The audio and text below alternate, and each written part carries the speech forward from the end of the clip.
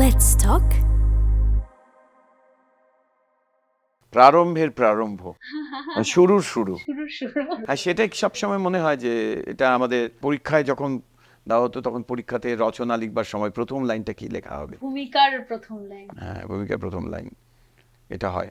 এটা বই লিখতে গিয়ে আমার হয়েছে যে আমি যখন বই লিখেছি তখন এই সবসময় মনে হয় যে প্রথম লাইনটাই যেন গ্রিপি হয়, যে কোনো কিছু প্রথমটা যেন খুব গ্রিপি হয়। সেটা যে সবসময় তা হয় তা নয়, পুরোটা কমপ্লিট করে এসে আবার এ করা হয়। আবার সেই প্রথমে ফিরে হ্যাঁ, আমাদের ভারতবর্ষের ব্যাপারটা হচ্ছে আমরা মানে সার্কুলার মোটিভ, আমাদের যে কারণে দেখবি যে আমাদের আর্কিটেকচারে আমাদের সমস্ত কিছু আমাদের অক্ষর, আমার অক্ষর খুব গ্রাফিক নয়, মানে ইটস লাইক খুব গোল। হ্যাঁ, মানে আমাদের যদি আমরা যদি আমাদের আর্কিটেকচারে বিভিন্ন জায়গায় যদি দেখি, মানে আমি শুধু বলছি না তাজমহল বা কিছু, অনেক বহু বহু আগে সার্কুলার মোটিভ আমাদের ভাবনা, আমাদের ফিলোসফি, আমাদের দর্শন, উপনিষদ, এবং ফলে এই ঘুরে ঘুরে আসা, ফলে শুরুর একটা শুরু থাকে, সেই শুরুতে আবার আসা, এই শুরু হলো। আচ্ছা, আমরা কথা বলতে বলতে এত ঢুকে গেছিলাম যে ওইভাবে অন্য দিন অন্য এপিসোডে আমরা যেরকম ভাবে ইন্ট্রোডাকশন করি সেভাবে করতে ভুলে গেছি, কিন্তু এই যে আবার এটা শুরু হলো, কিন্তু আবার শুরুতে একটু ইন্ট্রোডিউস করে নিই। সেটা হচ্ছে আজকে আমাদের লেটস টকের আড্ডায় আমার সঙ্গে আমার ভীষণ পছন্দের শিল্পী, মানুষ, গাইড, কিভাবে বলবো জানি না, কিন্তু গুরু বা যাই বলি না কেন, দেবুদা, দেবজ্যোতি মিশ্র। তো খুব ভালো লাগছে। দেবুদার সাথে ওটা নিয়ে আলোচনা হচ্ছিল শুরু কিভাবে করব, তো সেটা দেবুদা নিজেই, আমি জানি, মানে দেবুদাকে লিংক ধরিয়ে দিতে হবে, তারপর আমি চাপ মুক্ত। তো তোমার সাথে আড্ডা দিতে বসবো ভেবে আমি এটাই কুল পাচ্ছিলাম না যে 1 ঘন্টায় তো এটাকে আটকানো যাবে না কোনোভাবেই। যদিও তোমার সঙ্গে সেইভাবে বসে আড্ডা কোনোদিনও হয়নি, কিন্তু তোমার প্রচুর স্টুডিওতে গল্প, কাজ করতে গিয়ে কাজের ফাঁকে এত গল্প হয়েছে, এবং সেই গল্প থেকে আমার মনে হয়েছে যে তোমার জ্ঞানের ব্যাপ্তিটা এতটা যে তোমার সাথে যদি সত্যি সেভাবে আড্ডা দিতে বসা হয়, সেটা একটা এপিসোডে তো পারবোই না, 2টো এপিসোড বা পরের সিজনেও তো তোমাকে আসতেও হবে আবার। না আমার এখানে বলার কথা হচ্ছে যে আসলে আমাকে যদি বলিস বা আমাকে যে কেউ যদি বলে যে আমি কি ভালোবাসি, মানে আমি কথা বলতে ভালোবাসি, এবং কথা বলতে ভালোবাসি মানে গল্প করতে ভালোবাসি, এবং সেই গল্পটা যে গল্প মাথামুন্ডু থাকে না তখন, হ্যাঁ মানে সেটা মানে বিভিন্ন জায়গায় চলে যেতে থাকে। হ্যাঁ, মানে আমি যেহেতু মানে আমার প্রফেশনে আমাকে যেহেতু বিজ্ঞাপনে আমার অনেক বড় একটা স্ফিয়ারে কাজ হয়েছে, মানে অনেক কাজ করেছি, তাই আমাকে আবার এটাও জানতে হয় যে আমি খুব প্রিসাইসলি যখন বলবো তখন আমি কিভাবে বলবো, কিন্তু সেটা হচ্ছে কাজের জায়গায়। কিন্তু আদারওয়াইজ আমার মনে হয় যে আমার আনন্দের জায়গাটা হচ্ছে কথা বলা। মানে আমাকে যখন বলে যে আপনার সঙ্গীত, সাহিত্য, এই সমস্ত কিছু বা মানে art form, it is not that important আমার কাছে। মানে আমার কাছে হচ্ছে যে মানে আমি যে গল্প করতে পারছি এই মুহূর্তটা, মানে আমার জীবনের সব কিছু হচ্ছে এই মুহূর্ত। এই যে আমি তোর সাথে কথা বলতে আরম্ভ করলাম, কিছুক্ষণ আগে আমি ছিলাম গাড়িতে, কোথায় আছি আমি অন্য কিছু ভাবছি, কিন্তু এই এখন যখন কথা বলছি আমি আর কোথাও নেই, ঠিক এই মুহূর্তে আছে। এবং আমার যেটা হয় যে মনের মতো মানুষ যদি হয়, যে মেঘলা আজকে আমি এখানে এসে বসলাম বা কথা বলতে আরম্ভ করলাম, মনের মতো মানুষ হয়ে গেলি তুই, তা নয়। আমরা যখন একসঙ্গে কাজ করেছি তখন আমরা বুঝতে পারি যে মেঘলা আমার মনের মতো মানুষ, মানে এর সাথে কানেক্ট করতে পারি, ঠিক আছে। আর যেটা হয় এত বয়সে ছোট, এবং আজকে তোরা অ্যাসপায়ারিং আর্টিস্ট, এবং তুই তো ভালো কাজ করছিস, আমি দেখতে পাচ্ছি। আমি যখন নিজে কাজ করি বা অন্য কাজও আমি করছি, আমি তো বলি, আমি ফোন করে বলি এটা খুব ভালো হয়েছে, এটা ভালো লাগছে। তো সেখান থেকে দাঁড়িয়ে আমার যখন তোদের দেখা হয় আমার মনে হয় ওদের সাথে আমার কত কথা আছে, মানে আমার মনে হয় এত কথা রয়ে গেল। আমার রেকর্ডিংটা মানে আরেকটু বড় হলে পরে ভালো হতো।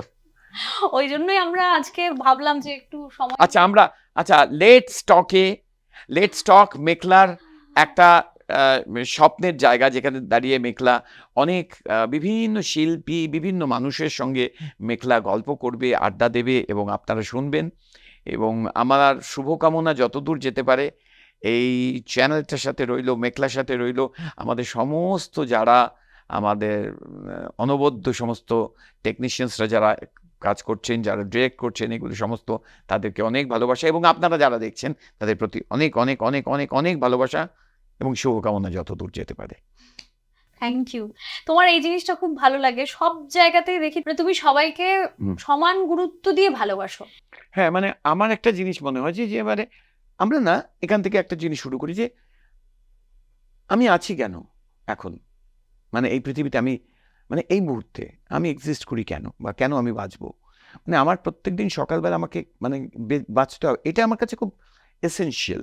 যে আমি আমার একজন সঙ্গে কথা বলছিলাম আজকে সকালবেলা, ফ্রান্সে থাকে মেয়েটি, তো ওর সঙ্গে কথা বলছিলাম এবং আমরা we are talking about this very essential, আমি কেন থাকবো, না আমি কেন বাঁচবো, purpose of life, very very important, very very important. Japanese এরা বলে যে পারপাস অফ লাইফ, এই পারপাস অফ লাইফটা যদি থাকে না, এই পারপাস অফ লাইফটা সবসময় যে বলে দিতে হয়, মানে আমি বললাম যে আমার না যেন একটা পারপাস অফ লাইফ, তা নয়। মানে তুমি যদি দেখো এই মুহূর্তে আমি তোর এখানে যখন এলাম, আমি তো উবেরে এলাম, একজন ভদ্রলোক, he will be around 70, more than 70, he is an engineer, এবং বিভিন্ন কেমিক্যাল হাব তৈরি করে, মানে সাহারা মরুভূমিতে তৈরি করেছেন উনি, উনি বাংলাদেশে করেছেন, মানে উনি ওই রকম সমস্ত আলজেরিয়া এই সমস্ত জায়গায়, বিভিন্ন জায়গা, মানে অনেক অনেক জায়গায় করেছেন। So I was talking to him, এবং আমি ওনার নাম্বার নিলাম, এরপর আমি ওর সাথে কথা বলবো। আমার সারাদিন আমার এই মুখটা, যে মুখটার মধ্যে একটা, যে উনি মাঝে মাঝে জার্নি করে উনি কিন্তু নেপাল চলে যান, মানে উনি গাড়ি চালাতেন, ভাব 70 বছর বয়স, উনি 8 বছর বয়স থেকে গাড়ি চালান।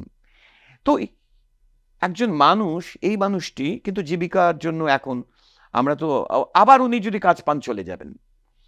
এই মানুষটা আমাকে এন্ট্রিক করলো, মানে এই জীবনগুলোকে আমাকে এন্ট্রিক করে, আকর্ষণীয় মুখ, আকর্ষণীয় মানুষ সবাই হয় না।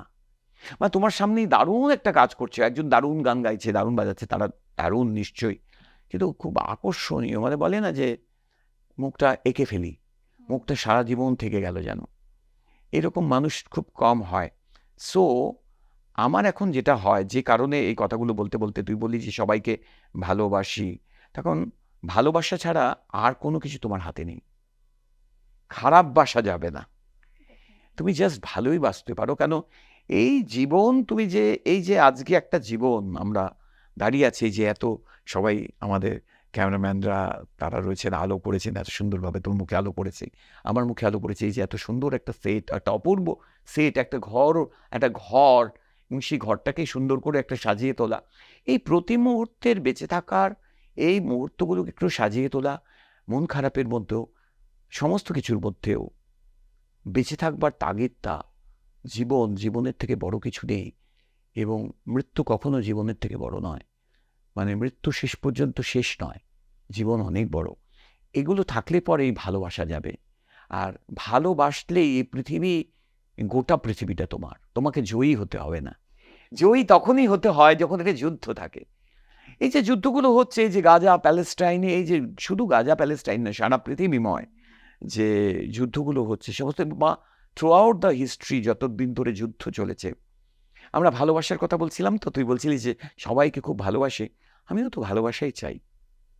আজকে এই মুহূর্তে আর কি চাই, ভালোবাসা চাই, একটা হাত এসে স্পর্শ করবে কাঁধে, এক এক সময় মুহূর্তে হাত আসে, মানে মনে হয় যেন মানে সারা পৃথিবীর আলো এসে পড়লো, তাই না? তাই যখন বললি, তখন আমি কিছুদিন আগে 23শে জুন আমরা একটা কনসার্ট করছিলাম, তুইও ছিলিস, সেই কনসার্টে ছিলিস। তো আমার কনসার্টে শুরু হওয়ার আগে না, যেটা হলো যে আমার খুব ইম্পর্টেন্ট একটা জিনিস, মানে ধর তুই আলো আছে, হঠাৎ এই আলোটা কাজ করছে না, তুই মনে করবি যে একদম মাথার মধ্যে, আমি কিচ্ছু না। আমি তখন ওদের বলেছিলাম একটা কথা, আমি বললাম আমাদের একটা জিনিস হয়েছিল যে ভিজুয়ালসগুলো আর কাজ করছে না, 3 মাস ধরে ভিজুয়ালস তৈরি করেছিস, সে ভিজুয়ালস কিচ্ছু কাজ করেনি। হ্যাঁ, আমি এই ব্ল্যাক কার্টেনটা এইটাই থাকুক, চলো এই মুহূর্তে যা যা ঘটছে, সারা পৃথিবীতে যুদ্ধ হচ্ছে, একটা গাজা প্যালেস্টাইনের যুদ্ধ, আমরা গাজা প্যালেস্টাইনটা বারবার করে আসছে কেন, আমাদের এই যুদ্ধগুলো জানি কোনো যুদ্ধ থামেনি, তো সেখানে দাঁড়িয়ে আমি বললাম যে, আমি ওদের বললাম যে একটা বাচ্চা তার বাবা মা হারিয়ে সে বাচ্চাটা হয়তো সমানে চলেছে, একটু জল চায়, একজন কেউ জল দিলে তার পেছন পেছন চলে যাচ্ছে বাচ্চাটা। এইরকম পৃথিবীতে দাঁড়িয়ে তোমরা কলা মন্দিরে দাঁড়িয়ে এসির মধ্যে সবকিছু হচ্ছে, তোমাদের শুধু ওটা চলবে না বলে তোমাদের পারফরমেন্স খারাপ হয়ে যাবে এরকম কিছু না। নিজেকেও বোঝালাম, তুই জানিস আমি কত পারফেকশনিস্ট, আমি ওটা 3 মাস ধরে করেছি, আমার অনেক এরা হতে পারে। আমি বললাম যে এটা ছাড়াও পৃথিবী সুন্দর, এটা ছাড়াও দারুণ অনুষ্ঠান হয়।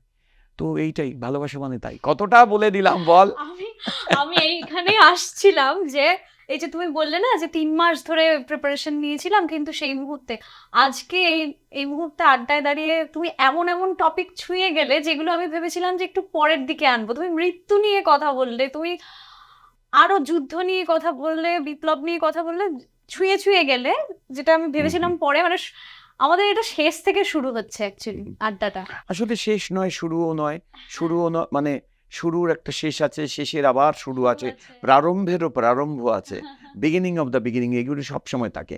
So beginning, middle, end, they don't have to fall in order, they can be at any point of time, they can start a new beginning, fresh beginning. সেটাই জীবন, সেটাই আলো। তো ছোটবেলা নিয়ে একটু বলতে। আমার ছোটবেলা ভীষণ মজার ছোটবেলা। আমার ছোটবেলা মানে খুশির ছোটবেলা, আলোকিত ছোটবেলা। ছেলেবেলা মানে হচ্ছে ছোটবেলা, মানে হচ্ছে ঠাকুমা, ছোটবেলা মানে হচ্ছে আমার পিসি, আমার আমি এই যে পিসির কথা বলছি, এই প্রথমবার কোনো জায়গায় আমি আমার পিসির কথা বলছি। আমার নিজের পিসি, পিসিমণি। তুমি কি পূর্ববঙ্গের? আমি পূর্ববঙ্গের, মানে আমি এখানে, কিন্তু আবার বাবা মা ঠাকুরদা ঠাকুর সবাই মানে ওই বাংলাদেশে, মানে ঢাকা বিক্রমপুরে আমার মা, এবং বাবার পরিবার হচ্ছে ফরিদপুর বিক্রমপুর। তো ফলে আমি ফরিদপুর একটা, মানে এই জায়গাগুলো বললে পরেই আমার সঙ্গে সঙ্গে, ফলে আমি বারবার করে আমার এর মধ্যে পূর্ব বাংলা আসে, পার্টিশন আছে, দেশভাগ আছে, সমস্ত কিছু। তো দেশভাগের সমস্ত ম্লান, মানে অনেক দাগ নিয়ে, অনেক কাটা দাগ নিয়ে, কাটা তার পেরিয়ে বাবা মা ঠাকুরদাদা এরা সবাই এলেন। আমার মার 14.5, আমার মার 1946-এ মায়ের বিয়ে হয়েছিল। মা তখন 14.5 বছর বয়স, 15 হয়নি, মানে হ্যাঁ। এবং 48-এ মা চলে আসেন এখানে, এবং মা মানে 3 দেওর, ঠাকুরদাদা, ঠাকুমা, এবং পূর্ব বাংলায় আমাদের ওখানে আমাদের মানে একটা স্টেটের একটা অংশ আমাদের ছিল। মানে জমিদারি নিয়ে পূর্ব বাংলার লোকদের এই সমস্ত অনেক কথা আছে, তাদের প্রচুর জমি ছিল না, এটা সত্যি ছিল যে পরবর্তী সময় দেখ, আমি পরবর্তী সময় এখন আমি বাংলাদেশে যখন কাজ করি, মানে আমি বলি যে বাংলাদেশে আমি যাই হচ্ছে মানে একেবারে মানে প্রিন্সের মতো করে, সত্যি প্রিন্সের মতো করেই যাই। ওরা আমাকে এত ভালোবাসে, শেখ হাসিনা নিজে আমাকে অসম্ভব ভালোবাসেন, আমাকে ভীষণ। কাজও করেছে, কাজ তো করেছি, সেটা বাদ দিয়ে ব্যক্তিগতভাবে উনি ভালোবাসেন, এবং অনেক বড় বড় কাজ করেছি পূর্ব বাংলায়, মানে পূর্ব বাংলায় যে বলছি, পূর্ব বাংলা তোমার মায়ের ডাকা পূর্ব বাংলা। আসলে বাংলাদেশের অবস্থানটা কীরকম, যে বাংলাদেশ কখনো ওই ডিভিশনের পরে বাংলাদেশের কত নাম হয়েছিল, ইস্ট পাকিস্তান, বাকি বাংলাদেশের নাম ছিল ইস্ট পাকিস্তান। তারপর যখন ভাঙলো তখন হলো পূর্ব বাংলা, তারপর এখন বাংলাদেশ। তো পূর্ব পাকিস্তানও বলা হতো।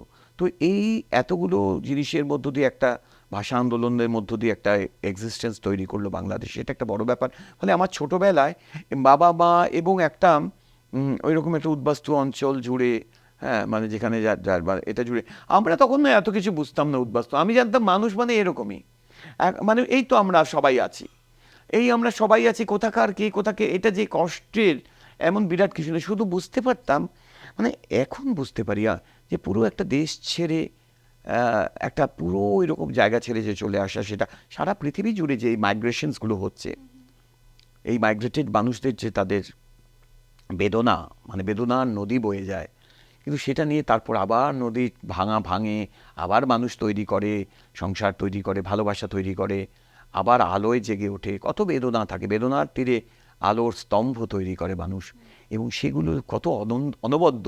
আমার ছেলেবেলা ছিল আলোকিত ছেলেবেলা, খেলাধুলো, পড়াশুনোটা মানে পারলে নয়। আমার কাকারা সবাই মানে খুব পড়াশুনো করা মানুষ, আমার মামা বাড়ি, মানে মামা বাড়ি একটা বিরাট বড়, মানে ওরা এক্সট্রিম। আমার ঠাকুমা, আমার দাদু মানে মায়ের বাবা ছিলেন ঢাকার জগন্নাথ কলেজের প্রিন্সিপাল সেই সময়। আচ্ছা ফলে আমি না ওইরকম একটা পরিবারের মধ্য দিয়ে বড় হচ্ছি, কিন্তু আমাদের আমাদের আমাদের অর্থনৈতিক খারাপ অবস্থাটা বা যেটাকে বলে দারিদ্র্যের অবস্থাটা আমাদের জীবনকে কোনোদিন ম্লান করেনি। আমরা খুশিতে ছিলাম, আনন্দে ছিলাম, অনেক রকম ছিল জীবন, মানে অনেক রকম। ফলে ছোটোবেলা মানে হচ্ছে খেলাধুলো, ছোটোবেলা মানে হচ্ছে মাস্টারমশাইদের বকা, কিন্তু তারপরেও টিফিন টাইমে বেরিয়ে চলে যাওয়া, খেলতে যাওয়া। আমি ক্রিকেট খেলতাম এবং ক্রিকেট ভালো খেলতাম।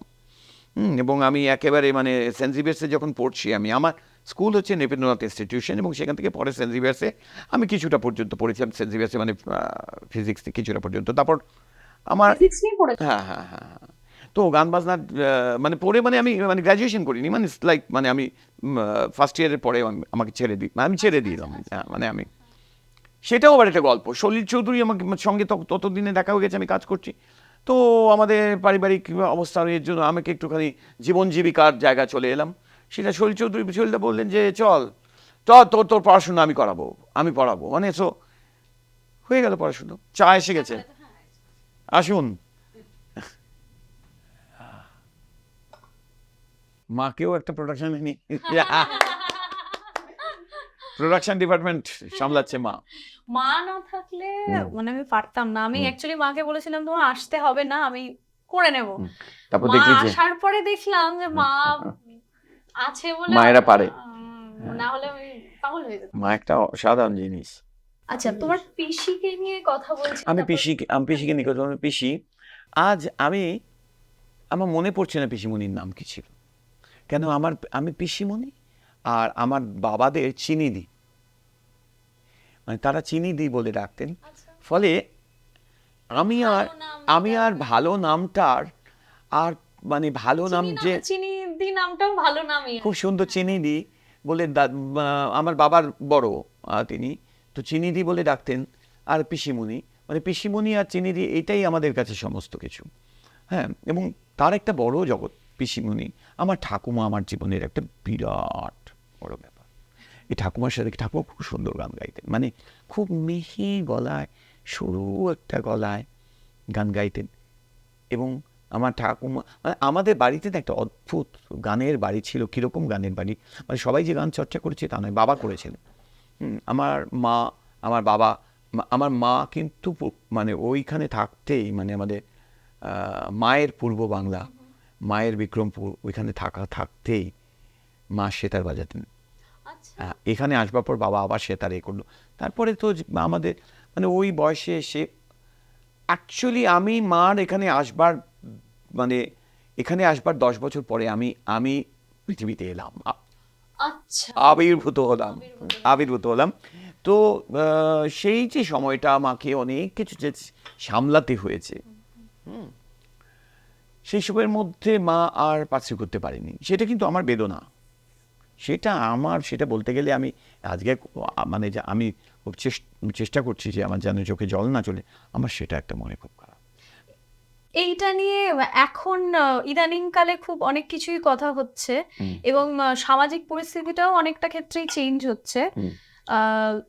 এই যেরকম আলিয়া ভাটকেও একটা জায়গায় প্রশ্ন করা হয়েছিল যে মা হয়ে গেল, এবারে বোধহয় ক্যারিয়ার শেষ। মানে এই যে মা হয়ে যাওয়ার পর আর তার শখের জিনিসগুলো না করতে পারা, বা আমার নিজের মাকেও দেখেছি আর কি, সব থেকে ছোট পিসটা, মাছের সব থেকে ছোট পিসটা বা সব থেকে বাসি খাবারটা নিজে মানে একরকম ঝগড়া করেই খেয়ে নেওয়া, সব সময় নিজেকে বঞ্চিত রাখার একটা চেষ্টা।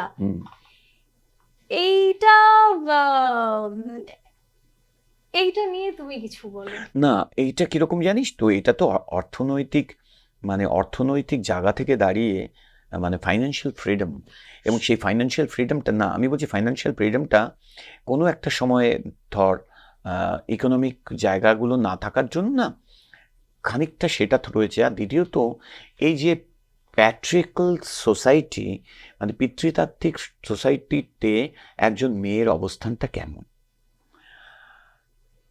একজন নারীর অবস্থাটা যেখানে সারা পৃথিবীর যেখানে হয়েছে। শোন, খুব বেশি দিন হয়নি যে আমেরিকায় মেয়েদের ভোটাধিকার কিন্তু খুব বেশি দিনের গল্প নয়। সুতরাং আমরা যখন আমরা মেয়েদের স্বাধীনতা নিয়ে যখন গল্প বলি, তখন আমরা যখন ওই কথা বলি, অত গল্পটা কিন্তু ওরকম নয়। সুতরাং আমাদের মায়েরা নয়, মহিলারা, নারীরা, আর না আমরা ভুলে যাই একটা সময় পর, যেমন তুই বলি না যে মা এসে গেল সমস্ত কিছু এটা হয়ে গেল, এটা তো সত্যি। মানে আমরা দুটো তিনটে তর্কের মধ্যে আমরা যাই। আমরা মাকে দশভুজা করব না, না দশভুজা মানে তুমি মা সব পারেন, নারী তাই সে সব পারি, নারী সব পারি, এটা নয় বলে এখন যে বলা হচ্ছে, এখন একটা স্লোগান উঠেছে, এটা ভীষণ মানে এটাকে বলা যেতে পারে পোস্ট মডার্ন একটা নারী সব পারি এরকম না, আমি এগুলো পারি না। আমার ঠাকুমা একটা কথা, আমার মা বলতেন একটা কথা, ঠাকুমা শিখিয়েছিলেন এটা মাকে। শোন, আজকে আমি 2 নারীর গল্প বলবো, এই গল্পটুকু ছোট্ট করে বলবো। আমার ঠাকুমা বলেছিলেন এক সময়, গৌরী জানির খাতায় নাম লিখায় না। জানি, আচ্ছা এটা করতে পারেন, জানি এটা করতে পারেন, জানি, এই জানির খাতায় নাম লিখায় না। তো ঠাকুমা এই পরিবারে এসেছিলেন, এই পরিবারে ঠাকুমা এসেছিলেন। আমার ঠাকুমা ছিলেন আমার ঠাকুরদাদার তৃতীয় পক্ষ, মানে প্রথম দুজন মারা যান, তারপর তৃতীয় পক্ষ। আর আমি যে পিসিমণির কথা বললাম, পিসিমণি ছিল আমার বাবার প্রথম পক্ষে, আবার ঠাকুরদাদার প্রথম পক্ষের মেয়ে। কিন্তু মানে আমার ঠাকুমার থেকে বয়সে বড় ছিল আমার পিসিমণি। হ্যাঁ, আমাকে আমার ঠাকুমা বলতো, শোন, তিনি আমারে একেবারে হাতের তালুর উপর রাখছিলেন। না মানে তিনি বলছেন, মানে ঠাকুরদাদার কথা বলছেন, আমার ঠাকুমা বলছেন যে ঠাকুরদাদা বলছেন যে তিনি আমার একেবারে হাতের তালুর উপরে রাখছিলেন, তার স্বামীর কথা বলছেন আর কি। তো আমি এই মহিলাকেও স্ট্রাগল করতে দেখেছি। এই যে মহিলা যে এত তারপরে বিধবা হয়ে গেলেন, তারপর তার যা জীবনে, কিন্তু আমার ঠাকুমার অনেক শখ ছিল। এই বললাম না, আমার ঠাকুমা আমাকে কীর্তনের আসরে মানে কীর্তনের আসরে নিয়ে যেতেন। আমি খুব স্বাভাবিকভাবে কীর্তন, লোকগান এই সমস্ত কিছুর মধ্যে করতে পারি। এই সম্পূর্ণটা আমি বুঝতে পারি যে ওই ছোটবেলার ওই কীর্তনের আসরে পুজোর পর একটা কীর্তন বসতো, শীতকাল হয়ে আসছে, কীর্তনের আসর বসে। এটা না ওই যে তুই দেখবি ওই যে বিজয়গড়, নেতাজিনগর, টালিগঞ্জ, চণ্ডীতলা, গড়িয়া, ওই বা ভারত মানে বাংলার যেসব অঞ্চল জুড়ে এই পূর্ববঙ্গের মানুষেরা এসেছিলেন, এবং মানে ওটাকে অ্যাকচুয়ালি বলে কলোনি পাড়া। কলোনি কথাটা তো অনেক বড় করত, আমরা এটাকে খুব ছোটভাবে ব্যবহার করি, কিন্তু অনেক মানুষ একসাথে এসে তারা থাকতে আরম্ভ করলেন। তো এটা নিয়ে ঘটি বাংলাদেশ গল্প আছে যে ওরা এসে কি করে, হ্যাঁ মানে হ্যাঁ বাঙাল, এইটা কিন্তু অদ্ভুত ব্যাপার। আবার পূর্ব বাংলা কিন্তু এই বাঙাল শব্দটা খুব মানে সম্মানের শব্দ নয়। পূর্ব বাংলার মানুষ মানে এখন পূর্ব বাংলা বলবো না, বাংলাদেশ মানে অধুনা বাংলাদেশ, মানে অধুনা তো নয়, অনেক বছর বাংলাদেশ, 1971 পর থেকেই বাংলাদেশ, সেখানে খুব বেশি এটা নয়।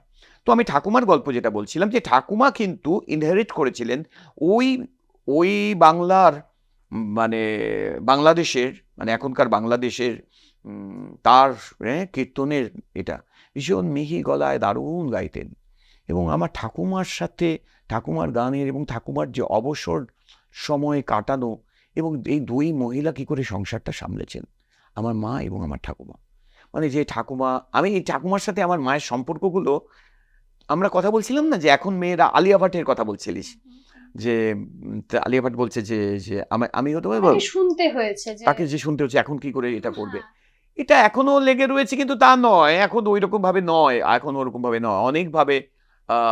আমি বলছি যে ওনারা অনেক আপার ক্লাস থেকে বিলং করে, তাদের অনেক হেল্প রয়েছেন, বা যাই হোক যে কোনো কারণেই হোক তারা সেটা পারসিউ করতে পারে, কিন্তু আপামর জনসাধারণের ক্ষেত্রে সেটা কি সম্ভব? দেখো, খুবই একটা কথা আছে একটা, যে ছোটবেলায় একটা কথা আছে যেটা খুব ইম্পর্টেন্ট একটা কথা, যে একটা কথা বলে না যে তোমাকে না সোসাইটি দেখিয়ে দেয়, অ্যাকচুয়ালি তোমার সামাজিক অবস্থান তোমাকে দেখিয়ে দেবে যে তুমি নারীকে কেমনভাবে দেখছো, পুরুষকে কেমনভাবে দেখেছো, কেমনভাবে দেখছো। এই যে আমরা এত কথা বলছি, যদি এরকম হতো, আমার বাবা অনেক রাত করে বাড়ি ফিরতেন। মানে বাবার না অনেক রকমের শখ ছিল, গল্প আড্ডা অমুক সমস্ত কিছু, এবং গান বাজনার জন্য করেছেন, অনেক কিছু আছে। এবং তাছাড়া আমার বাবা মানে অনেক রকমের প্রতিভা থাকা একজন মানুষ। এবং বাবা অনেক রাত করে বাড়ি ফিরতেন। আমি তো দেখেছি যে আমার মা দাঁড়িয়ে আছেন রয়েছে। যদি এরকম হতো যে বাবা দাঁড়িয়ে আছেন, মা ফিরছেন, যদি এরকম হতো না, আজও যদি আমরা আমাদের এই মধ্যবিত্ত পরিসরে আমরা যদি দেখি একদিন রাত্রিবেলা একজন মহিলা গাড়ি থেকে নামছেন, এবং প্রায় উনি নামেন, তারপর তিনি চুলটা ঠিক করেন, এটা করেন, তারপর বাড়ি প্রাইমারি কথাগুলো কি হবে, সারা ভারতবর্ষ জুড়ে কি হবে, ফ্রান্সে কি হবে কথাটা। ফলে এখনো মানে আমি আলিয়া ভাটের কথাই বলছি, যে আলিয়া ভাটই তার পাড়ায় তার বাড়ি এতে সে পরপর 5 দিন নামলে তিনি তো কোথাও একটা থাকেন, সেটা ঘিরে তো কোথাও এটা রয়েছেন। সো ঘটনাটা হচ্ছে যে আমরা নারীকে একরকমভাবে দেখি, পুরুষকে একরকমভাবে দেখি।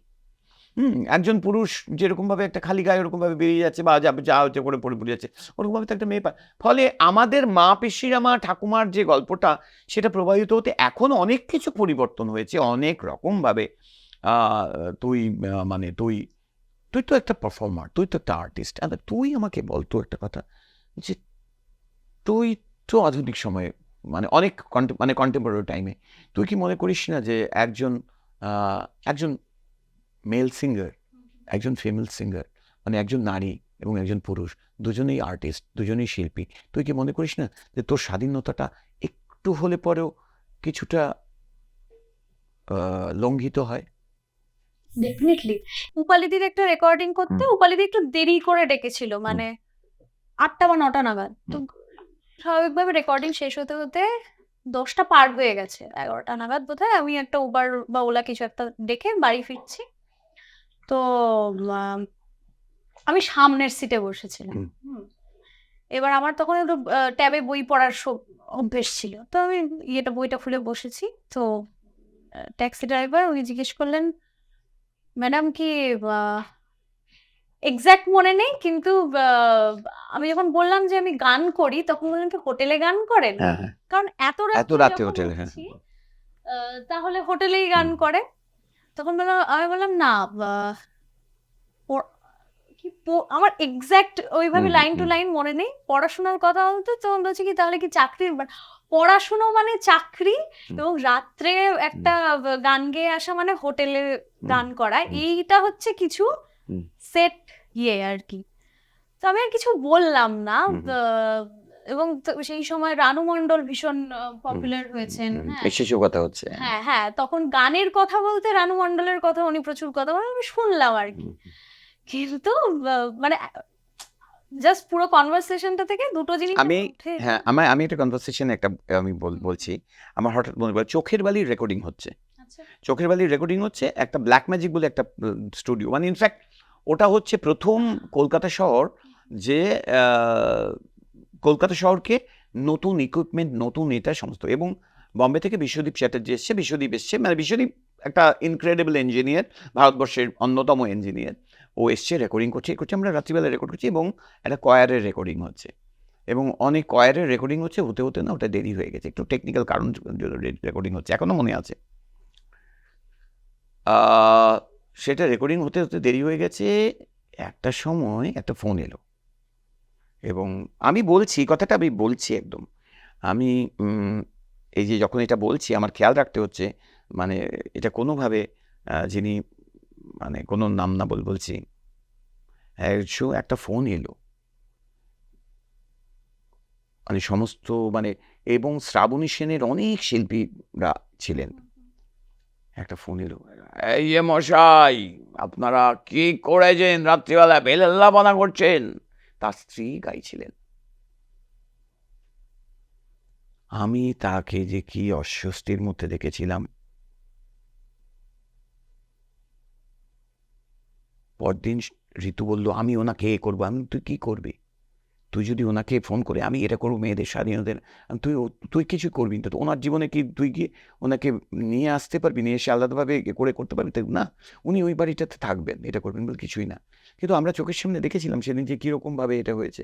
সুতরাং আমরা মায়ের কথা বলতে গিয়ে যেটা বলছিলাম যে মায়ের স্বাধীনতা, মায়ের এটা হচ্ছে, অফকোর্স আমি জানি যে আমার বাবার বড় জীবনটার পেছনে, বাবার যে বড় জীবন, এবং আমি যে বাবাকে নিয়ে এত কথা বলি, সেই বাবার জীবনের পেছনে আমার মায়ের যে যে শব্দটা মনে এলো, মায়ের যে তলিয়ে যাওয়া, মায়ের যে জীবনটা, গৌরী মিশ্র, গৌরী দামনী, সেই নারীর, সেই ছোট বালিকা 14.5 বছর বয়সে 46 দাঙ্গা লেগেছে সাংঘাতিক, 47-এর রায়ট, সে রায়টের মধ্যে মানে সোর্ড দিয়ে যেতে হয়েছিল, মানে বিয়েতে করে সোর্ড নিয়ে এসেছিল। আমার মায়ের অনেক গল্প আছে সেসব। তো সেই মেয়েটা যে একটা বাড়ি থেকে আরেকটা বাড়িতে চলে এলো, তার স্বপ্ন, তার সমস্ত কিছু, এবং আমি যা দেখিস, আমাকে আমার ভাবনা চিন্তা কল্পনা ইমাজিনেটিভ হতে পারা যতটুকু যা কিছু আমি করতে পেরেছি, আমার বাবার একটা অংশ তো ডেফিনেটলি, বাবা আমাকে ভায়োলিন শিখিয়েছে, বিরাট বড়, কিন্তু আমার মা আমার ভেতর পুরোপুরি মা রয়েছে। মানে ইনফ্যাক্ট আমার ছেলেমেয়েরা বলে আমি অনেক বেশি মা দেন বাবা। সো আই বিলিভ যে একটা ছেলের মধ্যে, পুরুষের মধ্যে যত মা থাকবে, রবীন্দ্রনাথ মা ছিলেন, অনেক বেশি মা ছিলেন। সো আমি বলি একটা পুরুষের মধ্যে যত মা থাকবে, মাতৃভাব যত থাকবে, এই মানে ফেমিনাইন জেন্ডার, ফেমিনিটিটা ভীষণভাবে ইম্পর্টেন্ট ইন এ পুরুষ। সেটা না থাকলে পুরুষ হয় না। তার কোমল প্রান্তগুলো জেগে না থাকলে সে কিন্তু ওই জীবনটা দিতে পারে না, এইটা আমি বিশ্বাস করি। তো আমার মায়ের যেটা বলছিলাম না, আমার মায়ের জন্য আমার বেদনা রয়ে গেছে, আমার বাবার জন্য ভীষণ গর্ব হয়, এবং বাবা আমার সাথে, আমার না কিরকম মনে হয় বাবা আমার সঙ্গে থেকে গেলেন, আর মা মনে হলো যে আমি পর্যন্তই মা থাকবে, আমি যতদিন বেঁচে থাকবো ততদিন। ফলে আমার মাকে কিভাবে আমি আমার লেখার মধ্যে, আমার একদা জাহ্নবীতের বই, সে একদা জাহ্নবীতের বইয়ের মধ্যে আমি মাকে নিয়ে লেখা বা এটা করা সমস্ত কিছু।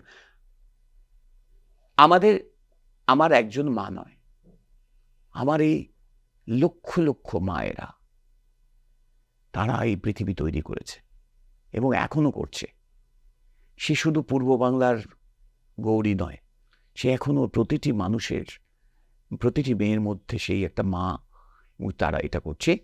সেটাকে নিয়ে আমরা এখনকার সময়ে দাঁড়িয়ে যখন আমরা কথা বলি যে আমি জানি এগুলো, তবে সময় পাল্টাচ্ছে, অনেক রকম অনেক সময় আসছে, যে সময়টা এলে পরে, মানে আমরা যে আলোচনার মধ্য থেকে দাঁড়িয়ে, যে তোমার ছোটবেলা কেমন ছিল সেখানে দাঁড়িয়ে, তুমি তো পূর্ব বাংলা, সেখান থেকে দাঁড়িয়ে আমি ঠাকুমার কথা বললাম, মায়ের কথা বললাম, বাবার কথা বললাম খানিকটা, মানে টু সাম ইট আপ, আমরা যদি ছোট বলি তাহলে একটা জায়গায় খুব সুন্দর ভালোভাবে আমরা বড় হয়েছি।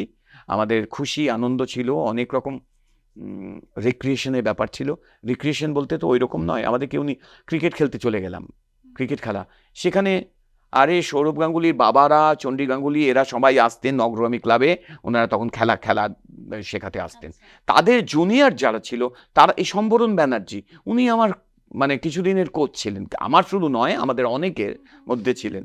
তো আমি এখনো ওনাকে, যে আপনি কিন্তু মানে আমার কোচ, হ্যাঁ, মানে এইরকমই একটা, তাই করছি। আবার স্কুলে পড়ছি, স্কুলে নাটক করছি, নাটক লিখছি, নাটক করছি, ভায়োলিন শিখছি, ভায়োলিন বাজাচ্ছি, এটা করছি, অনেক রকমের ব্যাপার আছে, অনেক গল্প, অনেক অনেক রঙিন জীবন, সমস্ত কিছু।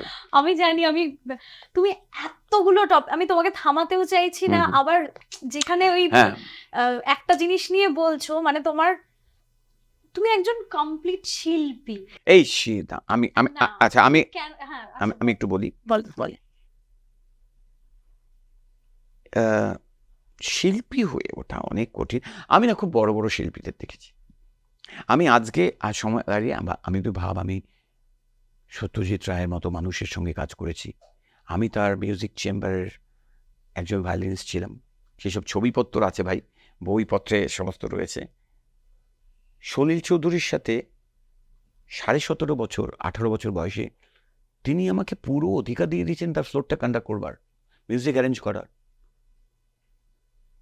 আমি তাকে দেখেছি। মৃণাল সেনের ছবির মিউজিক করেছি আমি। কাদের কথা বলবি? শক্তি চট্টোপাধ্যায়ের মতো কবি, সুনীল গঙ্গোপাধ্যায়ের কবিদের সাথে আমি, সুভাষ মুখোপাধ্যায়ের মতো কবিদের সঙ্গে মানে আমরা গল্প করেছি ঘন্টার পর ঘন্টা, 3 ঘন্টা 4 ঘন্টা 5 ঘন্টা, মানে কোনো সময়ের কিছু নেই। তো আমি তো শিল্পী ওরকম দেখেছি, আর কি করে ভাববো আবার নিজেকে? ফলে আমার একটুখানি একটা কি বলবো, একটা মানে অবশ্যই আমার একটা আত্মশ্লাঘা আছে, যে যেই আত্মশ্লাঘাটা যে আমি এই সমস্ত মানে বিগেস্ট অফ দ্য মানে একেবারে টাওয়ার্সদের, স্তম্ভদের আমি দেখেছি, সেইটা আমার সাথে এটা রয়েছে। ফলে এখন আমার যেটা হয়, আমি অলোকনাথ দের মতো মিউজিশিয়ান, আমার মাস্টারমশাই দিলীপ রায়, তাদের মতো সমস্ত মিউজিশিয়ানসদের দেখেছিলাম। কি সব মিউজিশিয়ানসদের, ইনক্রেডিবল জিনিয়াসদের দেখেছিলাম আমি। ফলে নিজেকে নিয়ে ভাববার মতন আমি না কাজ করে যাই, পর কাজ করে যাই।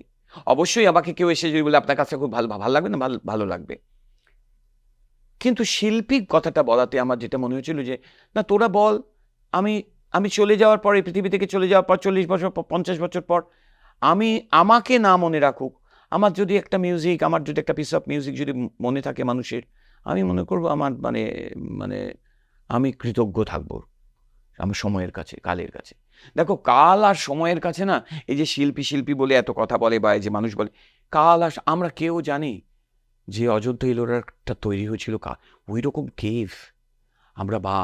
আমি এই কিছুদিন আগে খাজুরাহোর মিউজিক করেছি। হ্যাঁ, কোন একটা মিউজিকে তুই গাইলি বলতো? তো আগ্রা না, আগ্রার জন্য গাইসনি তুই, খাজুরাহোর জন্য গিয়েছিস। আগ্রা না, ফোর্ট, আগ্রা ফোর্ট না কি তুই? না আমি বলছি তুই বোধহয় খুব সম্ভবত আমাকে চান্দেরি ফোর্টের জন্য, হ্যাঁ মানে একটা বিরাট কাজ, হিউজ কাজ, মানে হ্যাঁ তুই মানে তুই টাইটেলটা গিয়েছিলিস, এবং সেটা একটা বিরাট বড় মানে পসিবলি আমি একটা ভারতবর্ষের মানে এখন এই মুহূর্তে আমি মানে দ্য মোস্ট সিগনিফিকেন্ট ইম্পর্টেন্ট কাজগুলো করছি, কাজের সাথে জড়িয়ে, মানে আমাকে মিউজিকের ভার দেওয়া হচ্ছে। আমি যে কি কৃতজ্ঞ এইসবের জন্য, এইগুলোই তো করতে চেয়েছি জীবনে। তো আমাকে বল তো কে করেছে সেই ফোর্টগুলো? তুই জানিস না আগ্রার ফোর্টটা কে করেছে? তুই জানিস, কিন্তু তার সামনে দাঁড়িয়ে থাকিস তুই, না ওখানে গিয়ে দাঁড়াবি তুই, তোর ভেতর থেকে সমস্ত কার কাছে, তুই কত দিনের জন্য, তুই কি প্রমাণ করবার জন্য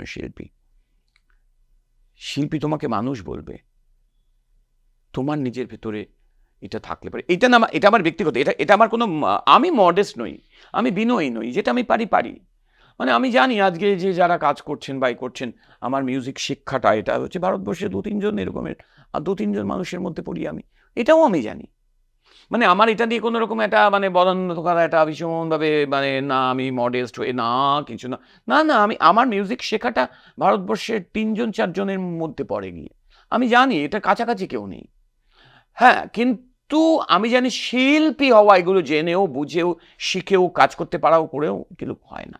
এটা তুমি কোনো একদিন তোমার ভেতর থেকে সেই আলো, আমার সৌমিত্র চট্টোপাধ্যায়ের ছেলে আমার বন্ধু, ছোটবেলার বন্ধু, ঋত্বিক ঘটকের ছেলে ঋতবান আমার বন্ধু, এরা সমস্ত মানে আমাদের বন্ধুদের সার্কেলটা, বিতান ভৌমিক কবি বিমল ভৌমিকের ছেলে বিতান আমার বন্ধু, এরা আমি কলার তোলা বন্ধু সার্কেল, আর সব টাওয়ারিং জেনিয়াসদের সাথে কাজ করেছি।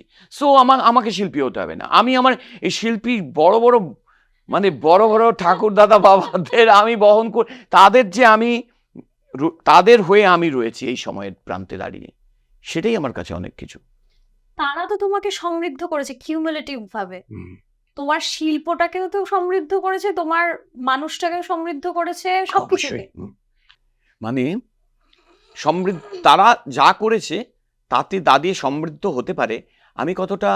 আমি তো অবশ্যই ঋদ্ধ হয়েছি, কিন্তু ঋদ্ধ শব্দটা অনেক ভারী একটা শব্দ।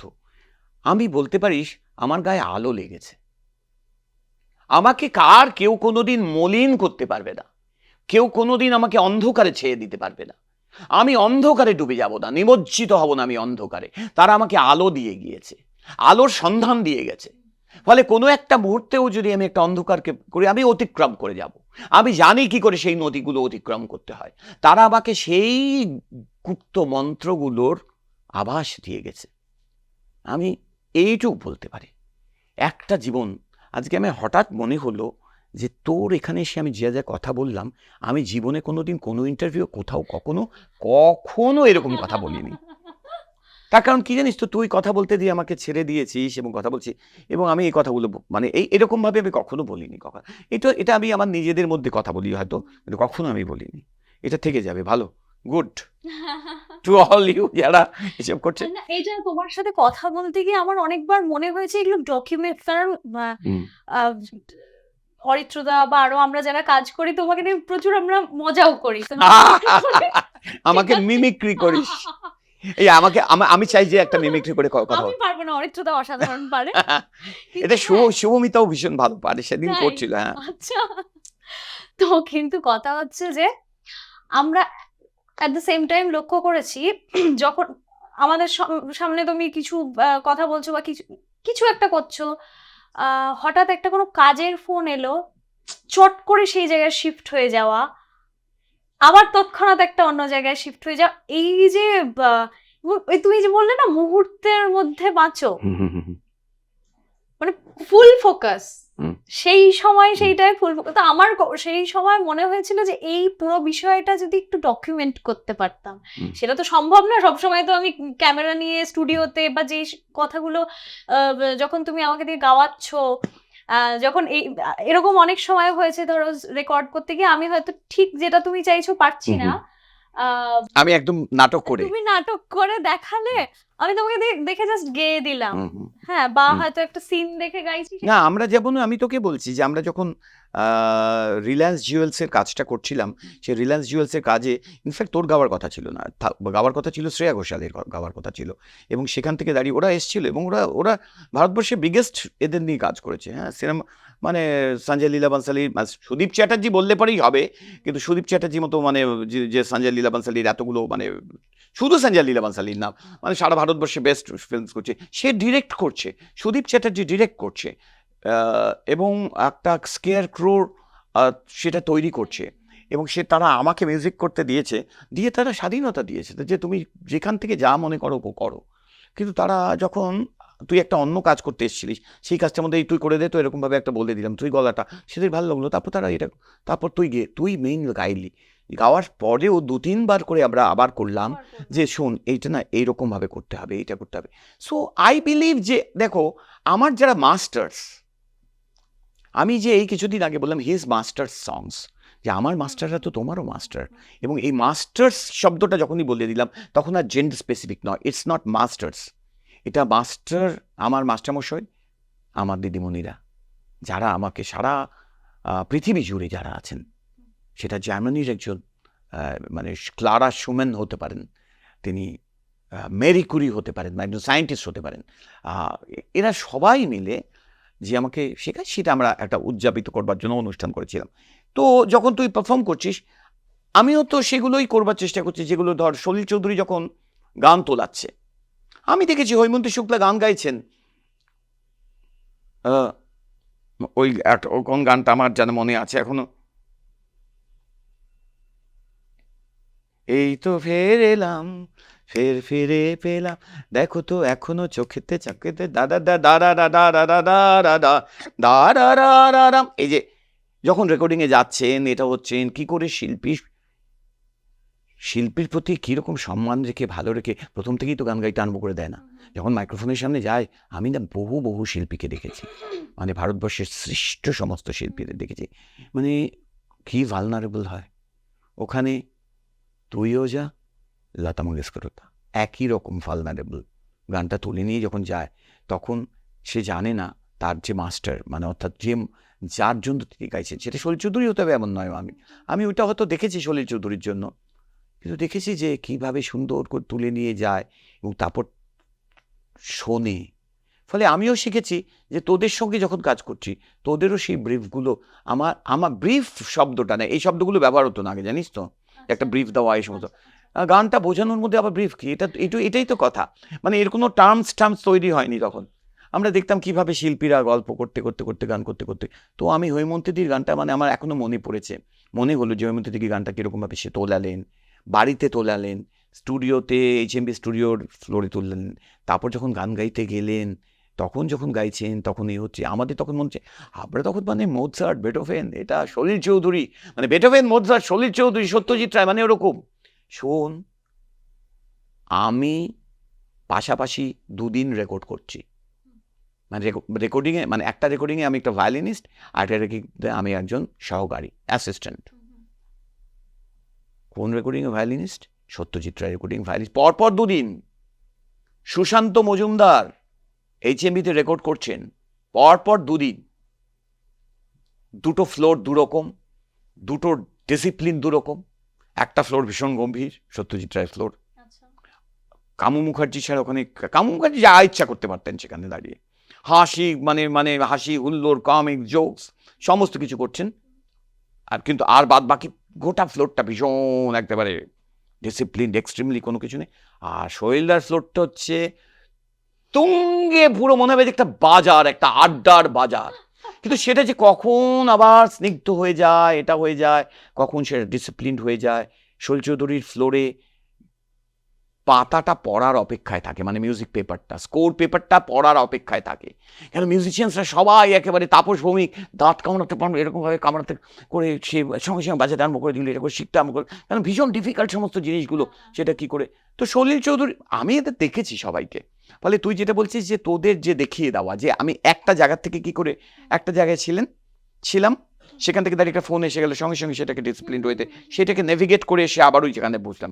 দেখ, আমি প্রত্যেকটা জায়গায় কিন্তু আমি ছড়িয়ে যাচ্ছি, আবার ফিরে আমি ফিরিয়ে দিচ্ছি তোকে কথা। তো এগুলো দেখেছি, দেখতে দেখতে যেটা হয়েছে যে সেটা আমার মনে হয়েছে যে এগুলো দেখেছি। ফলে কোথায় শিখেছি, কেমনভাবে শিখেছি, বা আমি কি মিউজিক কম্পোজার হবো বলে কিছু ভেবেছি, কোনো কিছু, এত কিছু ভাবনা ছিল না, কিচ্ছু ছিল না মেঘলা, কোনো ভাবনা চিন্তা ছিল। আমি প্রচুর পড়াশুনো করতাম, ভীষণ, এখনও পড়াশুনো করতে পারি, এখন একটু কম, মানে আমার একটু কম পড়া হলে পরে আমার ভেতরে কীরকম একটা মূর্খ হয়ে রইলাম। মানে আমার ভেতরে যে এই ভাবটা রয়েছে, এটার জন্য আমি মানে একটা কীরকম আমার এখানেই আত্মগ্লানি আসে, যেভাবে পড়াশুনো করা উচিত সেভাবে পড়াশোনা এখন করতে পারি না। হয়তো বই মানে দারুণ করে বই আনলাম, বইটা পড়া হলো না, কিছু পাতা করে, এরকম আছে তো। বহু বই এনেছি আমি, যে বই সব কি পড়েছি, কিন্তু তার মধ্যে থেকে বইগুলো থাকলেই মনে হয় কি বলতো, মানে আমি তো আমার স্ত্রী, মানে আমার প্রিয় বান্ধবী, আমার প্রেমিকা জোনাকি বলে, তুমি এই বইগুলো তুমি পড়ো কি, সমস্ত বই করে আবার বই আনছো। আমি ওদের একটাই কথা বলি, আমি বলি যে শোনো, আমি বইটা পড়ে ফেললাম কি শেষ পর্যন্ত সেটা বড় কথা নয়। ওই বইটা পড়ার যে আমার আগ্রহ হয়েছিল, আমি যে সেই মুহূর্তে যে আমি কিনেছিলাম, সেটা খুব জরুরি আমার কাছে। কেন ওই বইটা আমার কাছে মানে এলো কি করে, মানে বইয়ের দোকানে দেখলাম, দেখে বললাম, মনে করলো এটা পড়ে ফেলতে হবে। আরে আমার তো এতটুকু রয়েছে এখনো, এতটুকু পড়ে ফেলতে হবে। এবং সেটা করতে করতে মোটামুটি একটু পড়াও হয়েছে, আমার বাড়ির আমার মা ছিলেন ভীষণ পড়ুয়া, ভীষণ সাহিত্য, বাংলা সাহিত্য পড়তেন, অসম্ভব পড়তেন সাহিত্য। ফলে সেই সাহিত্য সেগুলো আমার ভেতরে, মানে আমার পড়ার এটা মা, আমার বাবা মানে বাবার একটা জগৎ ছিল, এইটা খুব ইন্টারেস্টিং। বাবার একটা জগৎ ছিল, শেক্সপিয়ার, বার্নার্ড শ, বাক, বেটোভেন, মোৎসার্ট, এটা বাবার জগৎ। আর মায়ের একটা জগৎ ছিল রবীন্দ্রনাথ, শরৎচন্দ্র, তারাশঙ্কর বন্দ্যোপাধ্যায়, বিভূতিভূষণ, সতীনাথ ভাদুরী, কমল কুমার মজুমদার। আর এই সতীনাথ ভাদুরী তো আমি ছোটবেলায় জানতাম এটা হচ্ছে জয়া ভাদুরীর বাবাটা বা হবে কেউ। পরে যখন জাগরি ঠাকুরি করেছি, তখন বুঝতে পেরেছি যে আরে বাপরে বাপ। তো মানে ওই রকম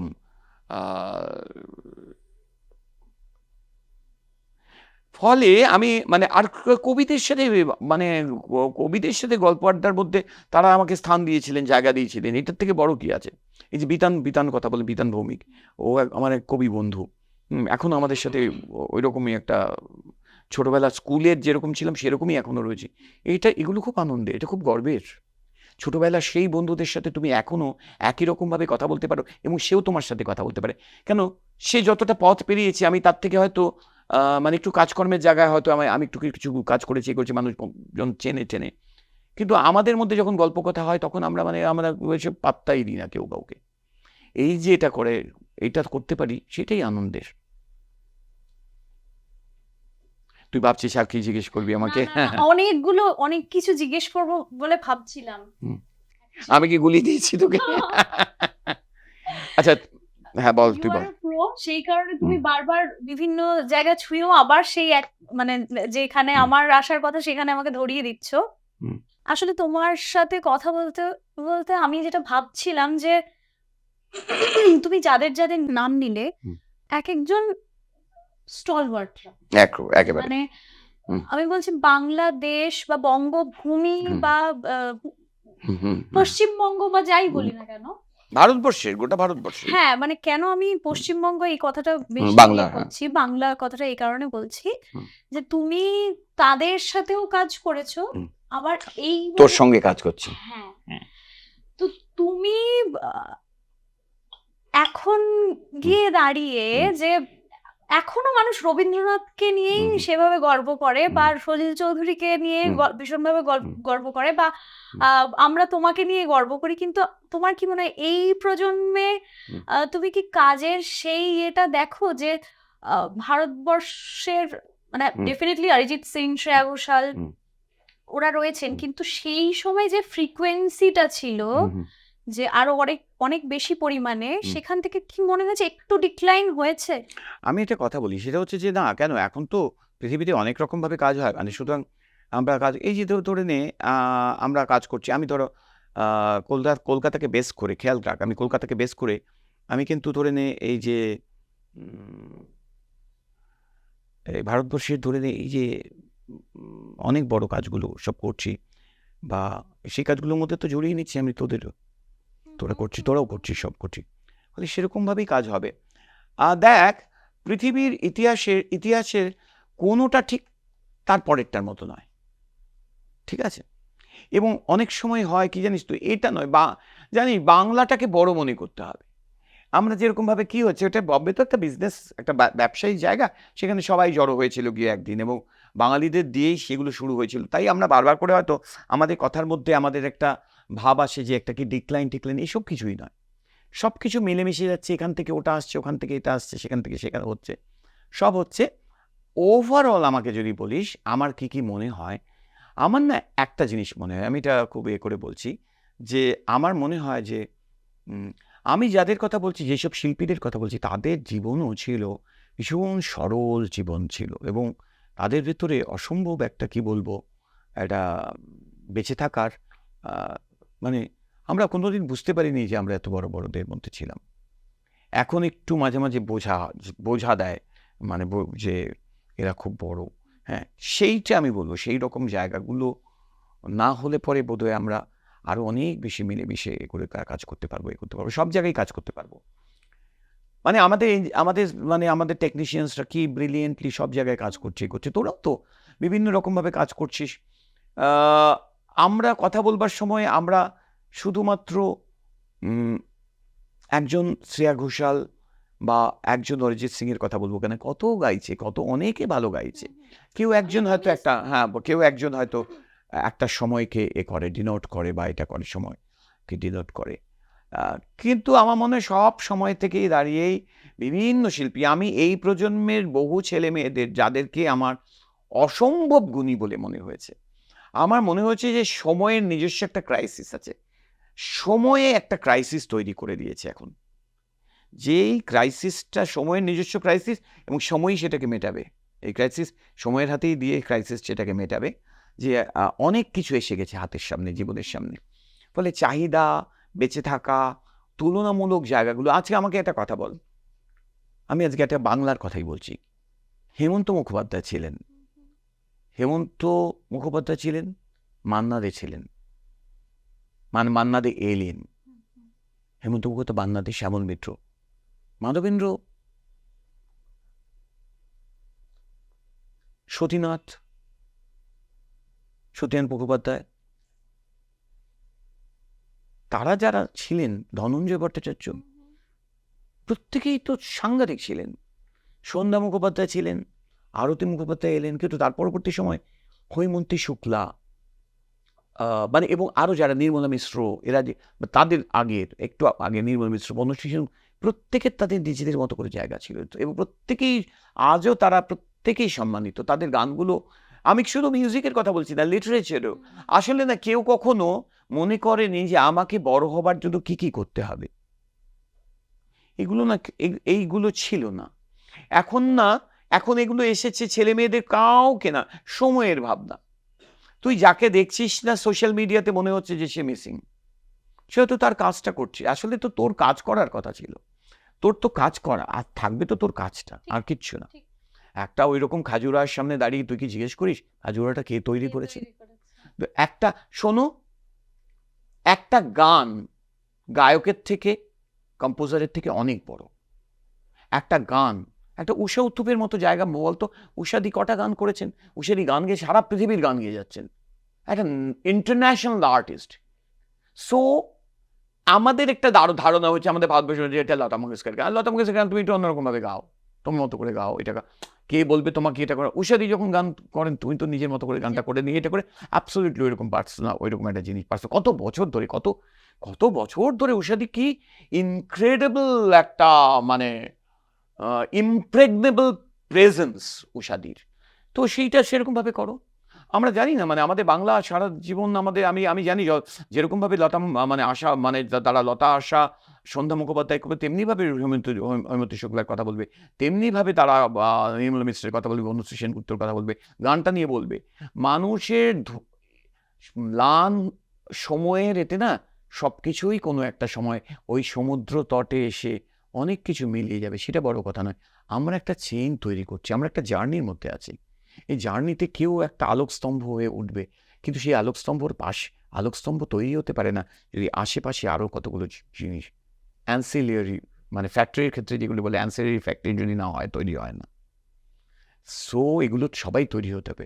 আমি সেরকম একটা অ্যান্সিলিয়ারি ফ্যাক্টরির একজন, আমি তার জন্যই আনন্দিত হব না কেন বলতো, ওইটুকুর জন্য।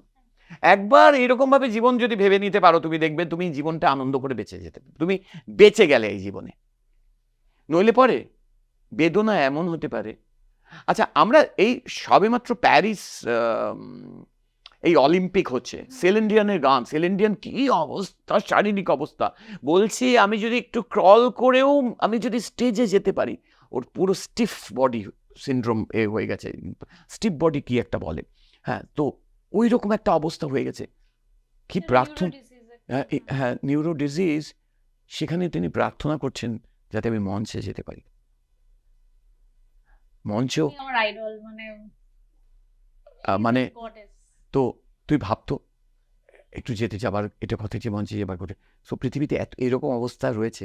তুমি যখন আমরা যখন এই কথা বলছি, আমরা এক্স্যাক্টলি জানি না, আমি যে কথাটা গাজা প্যালেস্টাইনের কথা বলছি, আমরা এখন এইরকম একটা আলো ধর এসছে, আমরা কথা বলছি, আমরা, হ্যাঁ, আমরা কিছু নিশ্চয় আমাদের বেঁচে থাকা জীবনের কথা ছুঁয়ে যাচ্ছে, সেটা তো ইম্পর্টেন্ট। কিন্তু ঠিক এই মুহূর্তে যদি একটা বম্বার্ডিং হয়, কোনো কিছু হয়, আমাদের সমস্ত ছত্রাকার হয়ে যাবে। কোথায় জীবন? ঠিক এটাই হয়েছিল আমাদের মা বাবাদের জীবনে। মানে পূর্ব বাংলা একটা মুহূর্তে, মানে এক লহমায় বাড়ি বদল হলো। কি বদল হলো? কতটা বদল হলো? এত কিলোমিটার দূরে এসে দাঁড়িয়ে এটা করলো। সারা পৃথিবীতে জুড়ে মাইগ্রেশন চলছে, আজও মাইগ্রেশন চলছে কন্টিনিউয়াসলি। ইস্ট ইউরোপিয়ান কান্ট্রিগুলো কীরকমভাবে সমানে মাইগ্রেট করছে, এটা করছে, ওখান থেকে এখানে লোক এসছে একটু জায়গায় একটু বেঁচে থাকার মতো করে, একটু করবার মতো। ফলে যা আছে এই মুহূর্তে খুব ভালো আছে। এটা যদি ভাবতে পারিস, তোর ওই অতটুকু পেলাম কি পেলাম এইগুলো জায়গা থেকে, এটা কি হয় না? আমারও হয় না? আমারও কি মনে হয় না, আচ্ছা ও এটা পেয়েছে, আমি এটা পাইনি, এটা কি আমার হয় না? কেন হয়? তুমি তো, না, আমার কেন জানিস তো? তার কারণ এই একই শরীরে মহৎ ও ক্ষুদ্র একই শরীরে বাস করে। কখনো দেখবি তুই রাস্তায় বেরিয়ে হঠাৎ কিরকমভাবে তুই মানে যে কৃপণ মানুষ, সেও টুক করে একজন কেউ এটা চাইলো, টুক করে দিয়ে এটা করলো, সে কিন্তু মহৎ হবে বলে কিছু করেনি। আমাদের ভেতরে যে অসম্ভব মানে হিউম্যান কোয়ালিটিসগুলো যেগুলো রয়েছে সেটা সাংঘাতিক। আমি জীবনে আমি এখনো বিশ্বাস করি বেঁচে থাকার, আমি বেঁচে থাকার আমি মনে করি মানুষ মানুষকে হাত বাড়িয়ে দেবেই। আমি আমার নিজের বেঁচে থাকা আমি আগে হলে অনেক কথা বলতাম, এমন কথা সেই কথাগুলো বলছি না, কিন্তু আমার জীবন ধরো বেঁচে থাকা মানে আমি যেভাবে বেঁচে যাচ্ছি ওখান থেকে খুব ছোটবেলায় আমি কিন্তু জীবন মানে আমি জীবিকায় ঢুকে গিয়েছি, এবং জীবিকা মানে ফুল ফ্লেজেড। সলিল চৌধুরীর সাথে আমার সম্পর্ক কেমন যদি তুই জিজ্ঞেস করিস, এক কথা বলে আমাদের পেশাদার সম্পর্ক ছিল। আমি ছিলাম একজন সহকারী, highest paid arranger in this city, from this city, এবং সারা ভারতবর্ষে মানে কেরালা, মালায়ালাম ছবিতে, বম্বেতে সব জায়গায় কাজ করছি। কলকাতা শহরে মানে অলোকনাথের পরে ওই রকম ফাইন্যান্সিয়ালি মানে সলিলদা আমাকে এত বড় জায়গা দিয়েছেন, পৃথিবীতে কেউ দিতে পারেন। উনি আমার পিতা মাতা সব কিছু। আরে আমাকে উনি আজকে এই যে দাঁড়িয়ে তুই আমার সাথে আমরা যে কথা বলতে পারছি, আরে তিনি আমাকে সব কিছু দিয়ে গেছেন, বিশ্ব ব্রহ্মাণ্ড। তিনি বেটোফেনের সাথে আলাপ করিয়ে দিয়েছে, মানে বেটোফেনের মিউজিক কেমন হবে, কেমনভাবে শুনতে হবে বেটোফেনের মিউজিক, ব্রাহ্মস কীভাবে শুনতে হবে, কীরকমভাবে শুনতে হবে, আমাদের কীর্তন শোনাটা কত। উনি আমাকে বলছেন একদিন, শোনো কী করছিস তুই? আমি বললাম এই তো দাদা আমি করছি। কি বসে বসে এখানে করছি? যা বিলাত, মানে উনি বিলাত বলছেন, মানে উনি তো বিলাতই বলছেন। বিলাত খান মানে আমাদের আইটিসিতে বিলাত বাজাচ্ছে ওখানে, যা শোন গিয়ে। উনি আমাকে কৃষ্ণচন্দ্র বন্দ্যোপাধ্যায় ক্লাসিক্যাল মিউজিক, তুই বেটোফেন ওয়েস্টার্ন এগুলো হয়েছে অনেক, কৃষ্ণচন্দ্র বন্দ্যোপাধ্যায়ের কাছে এখানে যাও। ভীমসেন যোশী, কৃষ্ণচন্দ্র বন্দ্যোপাধ্যায়ের সূত্রে আলাপ, সেখান থেকে ভীমসেন যোশীর ওখানে গিয়ে কিছুদিন গিয়ে শিখে আসা, শেখা, যা এগুলো শেখ। এই যে বলা আর কি ইন্সপিরেশন ভাবতে পারবি না। ফলে নিজেকে নিয়ে না আমি বলছি, দেখ এই পেশায় যখন আছি রং ঢং একটু করতে হবে, সেই রং ঢংগুলো অতটুকু পর্যন্ত পেশার তাগিদে যতটুকু, তারপর টুক করে এসে যেরকমভাবে একটা অভিনয় করবার পর একজন অ্যাক্টর এসে তার পোশাকটা খুলে ফেলে, ওই রং ঢংটা খুলে ফেলতে হবে, দিয়ে বলতে হবে দেবজ্যোতি কিছুই হয়নি, তোমার জীবিকার জন্য যতটুকু করতে হয়েছে করো, এবার পড়াশুনো করো, এবার বাজনা শেখো, এবার গান বাজনা শেখো, করো, এবং respect all the people who are young, respect them, love them. আমি কি বলি না অনেক সময়, আমিও তো বলি এরকম কথা, যে আজকের দিনে ছেলে মেয়েদের কথা বলি, কিন্তু আবার বুঝতে পারি যে ওরা দারুণ ট্যালেন্টেড। আমি তো আচ্ছা আমাকে একটা কথা বল, তুই সবসময় দেখেছিস আমাকে কাদের সাথে কাজ করতে দেখিস? শোন আমি একটা কথা বলছি, আমি যখন সদ্য এসেছি প্রফেশনে, মানে আমি যখন প্রফেশনে মানে মানে মিউজিক ডাইরেক্টর হিসেবে কাজ করছি যখন, শোন না, আমি প্রতিষ্ঠিতর সাথে কখনো কাজ করিনি।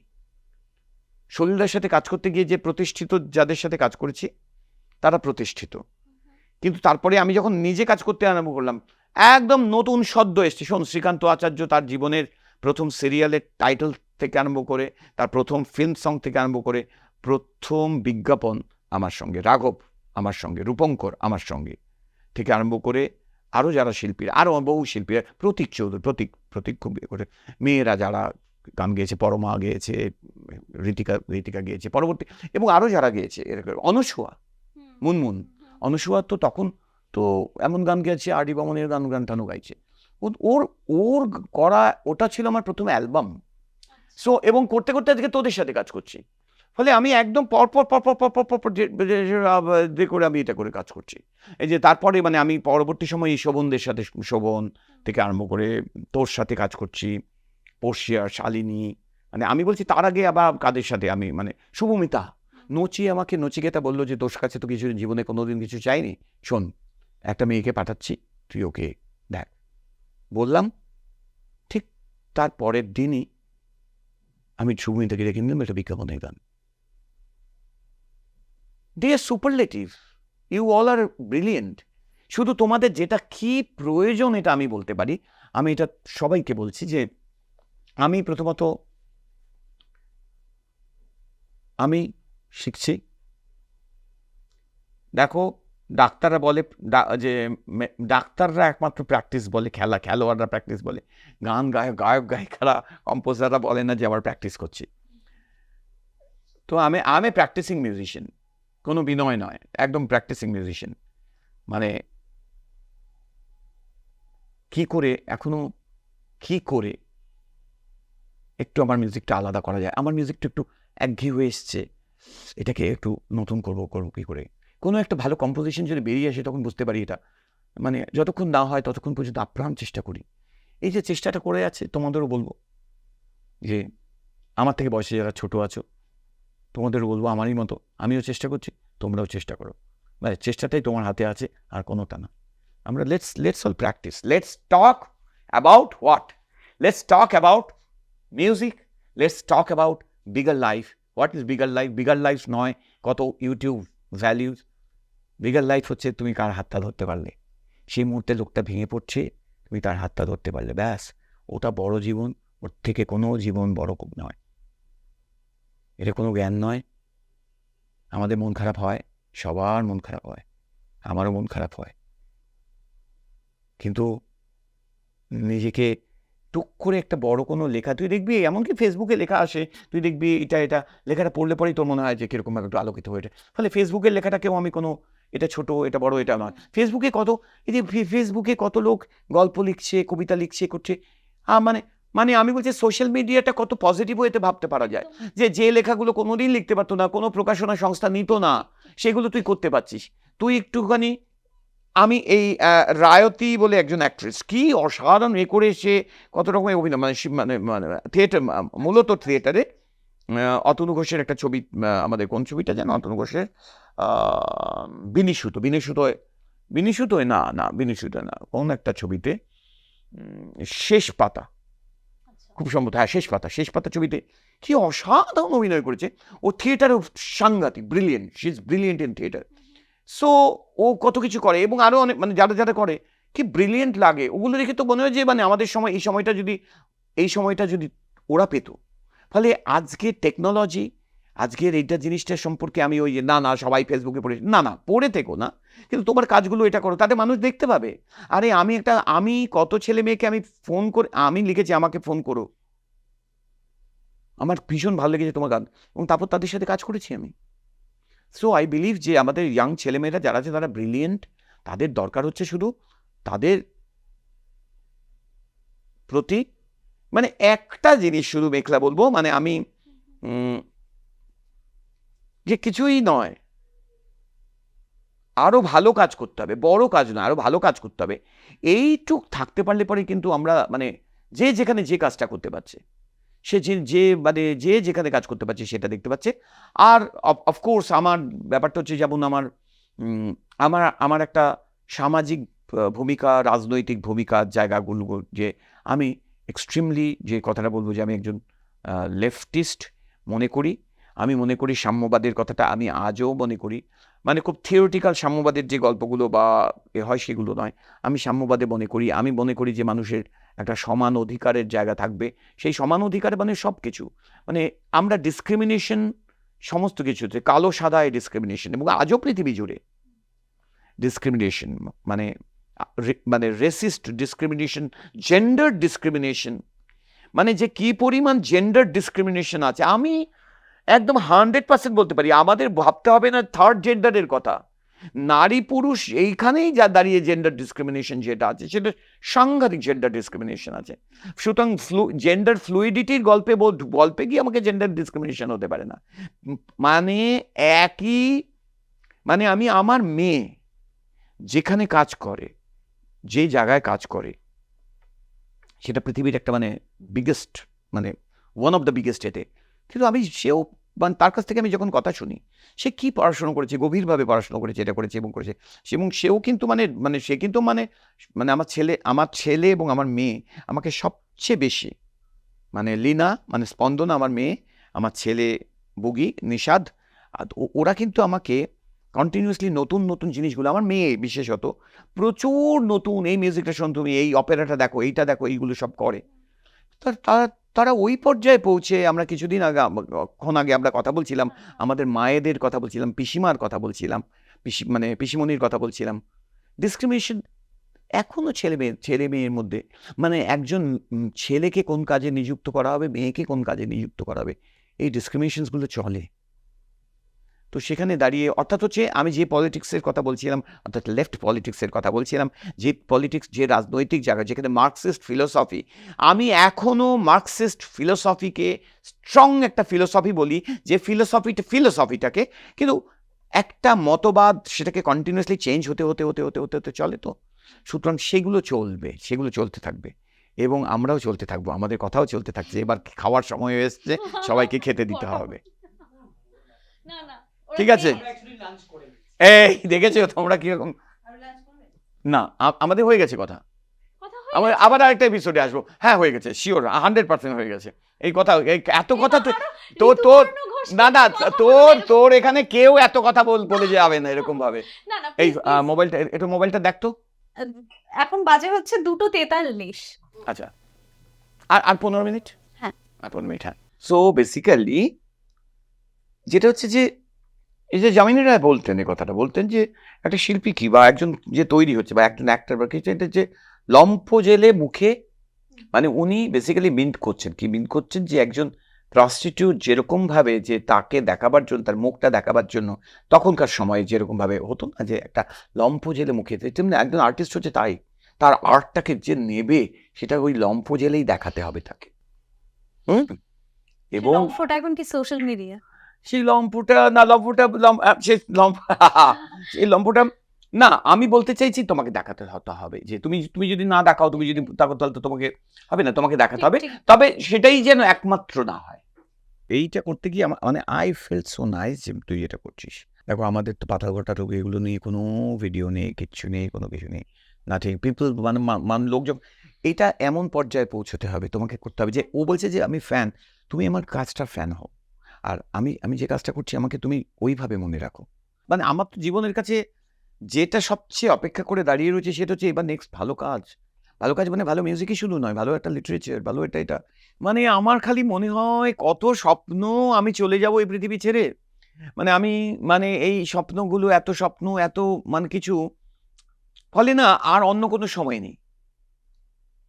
আমি কিছুদিন আগে আমি বলছি যে এই যে চিন্ময় গুহর কথা বলছিলাম, যিনি লিটারেচার, যদি ফরাসি বলেন ফরাসির মতো, যিনি ইংরেজি বলেন, মানে উনি ইংরেজি সাহিত্য পড়াতেন ক্যালকাটা ইউনিভার্সিটিতে। উনি কথায় কথায় অনুষ্ঠানটা যেটা করেছেন, উনি বলেছিলেন যে আমি দেবজ্যোতিকে চাই, যিনি 3 বার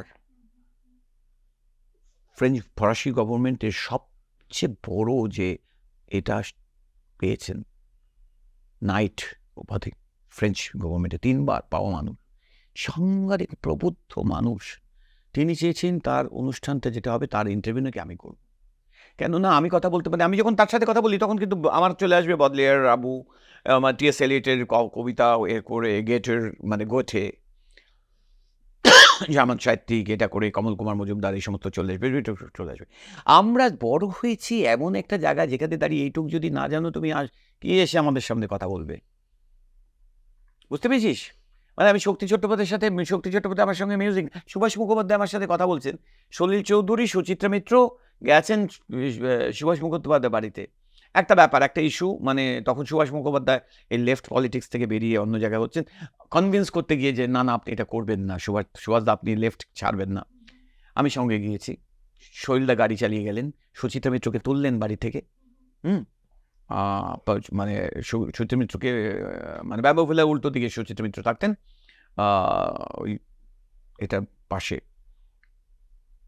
তুলে সুভাষ মুখোপাধ্যায় করেছে। সুভাষ মুখোপাধ্যায় একটা গান তৈরি করেছেন সলিল চৌধুরী, তো একটা স্ট্যাম্প পেপার বা কিছু একটা কাগজপত্র নিয়ে করতে, সুচিত্রা দিয়ে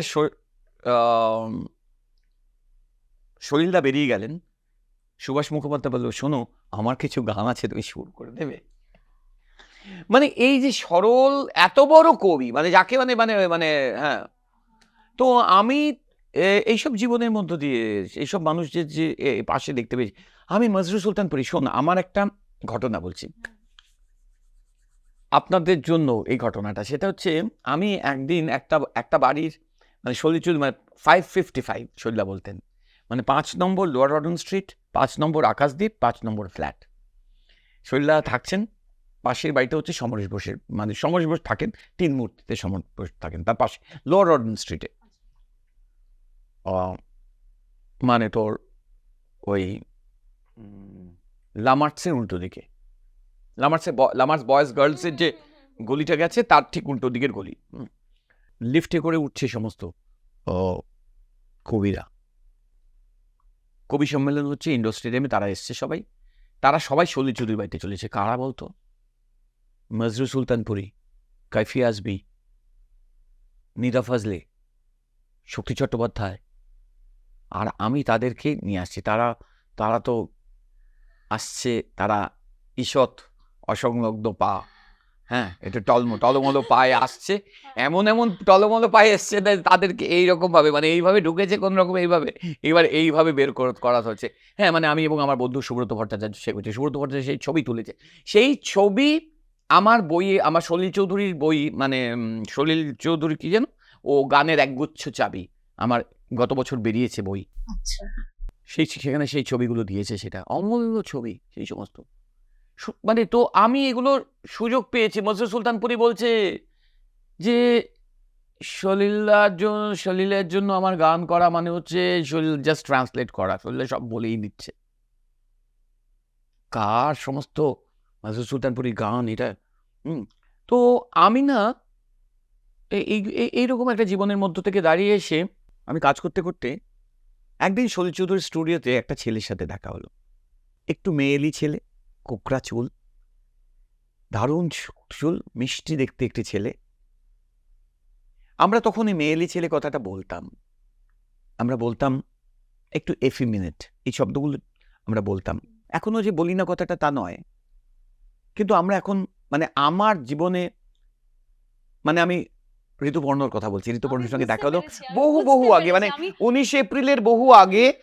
ও তখন বিজ্ঞাপনে কাজ করছে, আমি তখন সলিল চৌধুরীর সাথে সহকারী হিসেবে কাজ করছি, এবং ও এসছে কতগুলো এইরকম ভাবে এসছে, কতগুলো টেপ, ছোট টেপ, মানে যেরকম টেপগুলো হতো, ও তখন রেসপন্স অ্যাডভার্টাইজিংয়ে কাজ করছে। সেখান থেকে ঋতুপর্ণ এসছে, আমি তখন ঋতুপর্ণ, এই প্রথম আলাপ হলো আমার ওখানে। একজনকে দেখলাম যে সলিল চৌধুরী মানে একেবারে বিরাট বড় ফ্যান, এবং সেই কথা বলে এটা বলে, তারপরে বললো তুমি সলিল চৌধুরী সলিলের সাথে কাজ করো, আর সলিল চৌধুরীর সাথে তুমি কাজ করছো আমি বললাম হ্যাঁ আমি। ও এসেছিল একটা বিজ্ঞাপন করতে, এবং আমাদের এই কলকাতা শহরের একজন বিখ্যাত সাউথ ইন্ডিয়ান মিউজিশিয়ান, যে সাউথ থেকে এসেছিল, দিলীপ বালাকৃষ্ণন ঋতুপর্ণর সঙ্গে, তখন ঋতুপর্ণ তখন দিলীপ বালাকৃষ্ণন, আমরা দিলীপ দা বলতাম। ওদের হাই বলে একটা গ্রুপ ছিল, মানে যেখানে নন্দন বাগচি, লু হিল, টেরা বাজাতো সমস্ত। কত কিছু নাম বলছি বল, এগুলো আর কেউ বলতে পারবে না। শোনো, এখনকার সময় থেকে দাঁড়িয়ে না, কোনো সময় থেকে কেউ আর এসে বলবে না। তো আমি এদেরকে দেখেছি সমস্ত। দিলীপ বালাকৃষ্ণন, যাকে প্রণম্য একজন মিউজিশিয়ান, ঋতু তার সঙ্গে কাজ করছে, তুই তো বলতো যে দিলীপ যদি থাকতো, যে বেঁচে সিরোসিস সম্ভবত, মানে মারা গেছিল দিলীপ, বললো দিলীপ যদি থাকতো তোর সঙ্গে হয়তো আমার কাজ করা হতো না, মানে ইটস লাইক দ্যাট। তো আমি প্রথম আলাপ সেখান থেকে দেখি আমি খুব ইন্টারেস্টিং লাগলো। শৈলা বললো যে ছেলেটার খুব ট্যালেন্টেড ছেলে, খুব এটা করে, ও বিজ্ঞাপনের এটা লেখে, এটা কিছু কিছু, যাই হোক সেখান থেকে দাঁড়িয়ে বেরিয়ে চলে যায়। তারপর তার সঙ্গেই আবার দেখা হলো বিজ্ঞাপনের কাজেই, বিজ্ঞাপনে কাজ করলাম, বিজ্ঞাপনে কাজ করতে থেকে দাঁড়িয়ে ছবির কাজ করলাম, এতগুলো ছবিতে কাজ করেছি, সেটা আরেকটা আলাদা। ঋতু আমাকে আলাপ করিয়ে দিয়ে গেল, তুই কিছু বলবি? হ্যাঁ, আমি অনেক কিছু ভাবছিলাম, মানে আমি ডেফিনেটলি ঋতু, মানে তোমার সাথে কথা হচ্ছে, ঋতুপর্ণ ঘোষের একটা আলাদা করে সেগমেন্ট থাকবে না, সেটা হতেই পারে না। এবং তোমার কাছে যখন প্রথম কাজ করার সুযোগ এলো, আমার খুব কি বলবো আক্ষেপ ছিল যে আর কথা, মানে উনি এমন সময় মারা গেছেন, মানে ওনার সঙ্গে কাজ করার খুব লোভ ছিল, সত্যি কথা বলছি। না, আমি একটা কথা বলতে পারি এই সময় দাঁড়িয়ে, হচ্ছে যে তোরা যাকে মিস করেছিস, আমি মানে তোকে 3টে নাম তো আমি বলবো অবশ্যই, যে 3টে নাম, মানে তাদেরকে না দেখা, মানে singer as an artist, as an artist Salil চৌধুরীকে না দেখা এবং অ্যাজ অ্যান আর্টিস্ট ঋতুপর্ণর সঙ্গে না কাজ করা, মানে আমি তোকে বলছি, মানে রীনাদি আছেন, অপর্ণা সেন আছেন, তারপরেও আমি কিন্তু এই কথাটা বলছি কেন, ঋতুপর্ণর সঙ্গে কাজ করে। যেমন আমি আজকে যখন ঋতুপর্ণর সম্পর্কে বলবো কোনো কথা, তুই কিছু বলছিলিস। হ্যাঁ, আজকে যে এই যে বসে আমরা আড্ডাটাও দিচ্ছি না, হুম। এটার ইন্সপিরেশন, আমার ছোটবেলার ইন্সপিরেশন ঋতুপর্ণ ঘোষ। সে সময় Ghosh and Ghosh and company company. হতো, এবং আমার খুব ভালো লেগেছিল যে এর আগে ইন্টারভিউ দেখতাম, হুম। নর্মাল ইন্টারভিউ স্টুডিওতে, সেটা তো বোঝাও যায়। আমরা সবাই বিশ্বাস করতে বাধ্য হয়েছিলাম যে যে ওটা ওনার মানে তার বাড়িতেই হচ্ছে। আজকে যদিও আমার নিজের বাড়িতেই করছি, তার কারণ আই ক্যানট অ্যাফোর্ড বাইরে, দ্যাট ইজ আনাদার থিং। কিন্তু আমি বলছি যে ছোটবেলাটা তো আমাদের পরবর্তীকালে আমরা যা কিছু করি সেটার একটা ইন্সপিরেশন থাকে। হুম। তো ঋতুপর্ণ ঘোষ একটা ভীষণ রকম ইন্সপিরেশন, এবং বাংলার ওই বললাম না যাদেরকে নিয়ে আমরা খুব গর্ব করতে ভালোবাসি, হুম। সত্যিকারের গর্ব করতে ভালোবাসি, ঋতুপর্ণ ঘোষ হুম। সেই সেই একজন মানুষ। ঋতুর ব্যাপারে একটা কথা বলি, এই যে কথাটা বলি না যে বাইরে একটা সেট করে দিয়ে এটা করেছে, এই ব্যাপারে আমি একটা কথা বলি, সেটা হচ্ছে যে ঋতু কিন্তু অদ্ভুতভাবে, আমি ঋতুর সঙ্গে যে কবার বাইরে গেছি, আমি মানে বম্বেতে এবং চেন্নাইয়ে, আমি মানে আমার মনে আছে এবং এবং এবং এবং কান্স ফিল্ম ফেস্টিভ্যালে আমি দেখেছি, মানে কান্সে গেছিলাম আমি একটা অন্য ছবি একদম, মানে ধারাম ছবি, ভাবনা তলোয়ারের ছবি, পঙ্কজ কাপুর, পঙ্কজ ত্রিপাঠী, ওই ছবিটা নিয়ে ঋতু গেছিল, আর একটা দোসর ছবিটা নিয়ে গেছিল। সো ওখানে আবার গিয়ে আবার দেখলাম কান্সের ওর রয়েছে, তো ওখানেও আবার ফলে বাইরে দেখা। ঋতু কিন্তু যে ঘরটায় থাকতো, সে ঘরটাকে না, তুই জানিস সেখান থেকে সমস্ত জিনিসপত্র যেত, কি পরিমাণ জিনিস যেত ভাবতে পারবি না। 4 এটাকে বলে হচ্ছে যে বাক্স জিনিস। কেন, ও হোটেলের ঘরটাকে পুরো ওর ঘরের মতো করে টার্ন করতো, বই এটা ওখানে একদম, মানে কদিন থাকতেন ওখানে? মানে হয়তো 4-5 দিন আছে, 6 দিন আছেন, 7 দিন আছেন, আছে পুরোটা চেঞ্জ করে, পুরো ওর ঘর মানে ঘরের মতো প্রায়, মানে মানে এত, হ্যাঁ হ্যাঁ একদম, কার্পেটটা ওর বাড়ির ঘরের কার্পেট, এটা বেড কভারটা এটা, এবং ছোট ছোট জিনিস এগুলো সমস্ত কিছু। কেননা ঋতু মনে করতো যে ওই ঘরটা অ্যাকচুয়ালি কি জানিস, আমি তোকে বলছি যে আমি যেটুক সময় থাকবো, আমি যেন কোনো জায়গায় গেলেও মানে এই যে কথাটা বলে না যে ফিলিং অ্যাট হোম। বহু বাড়িতে যাবি, তুই দেখবি গিয়ে বাড়িতে গিয়ে তুই বুঝতে পারছিস না কোন সোফাটায় বসবি আর কোথায় বসতে যাবি, কতটুকু পর্যন্ত যাবি, কোথায় যাবি, এটা একটা ইতস্তত ব্যাপারটা হয়। ও না ওই জিনিস ঘুরে, ফলে আমাদের হোটেলে আমাদের সবার বিভিন্ন রুম থাকতো, আর ওর একটা ঘর থাকতো।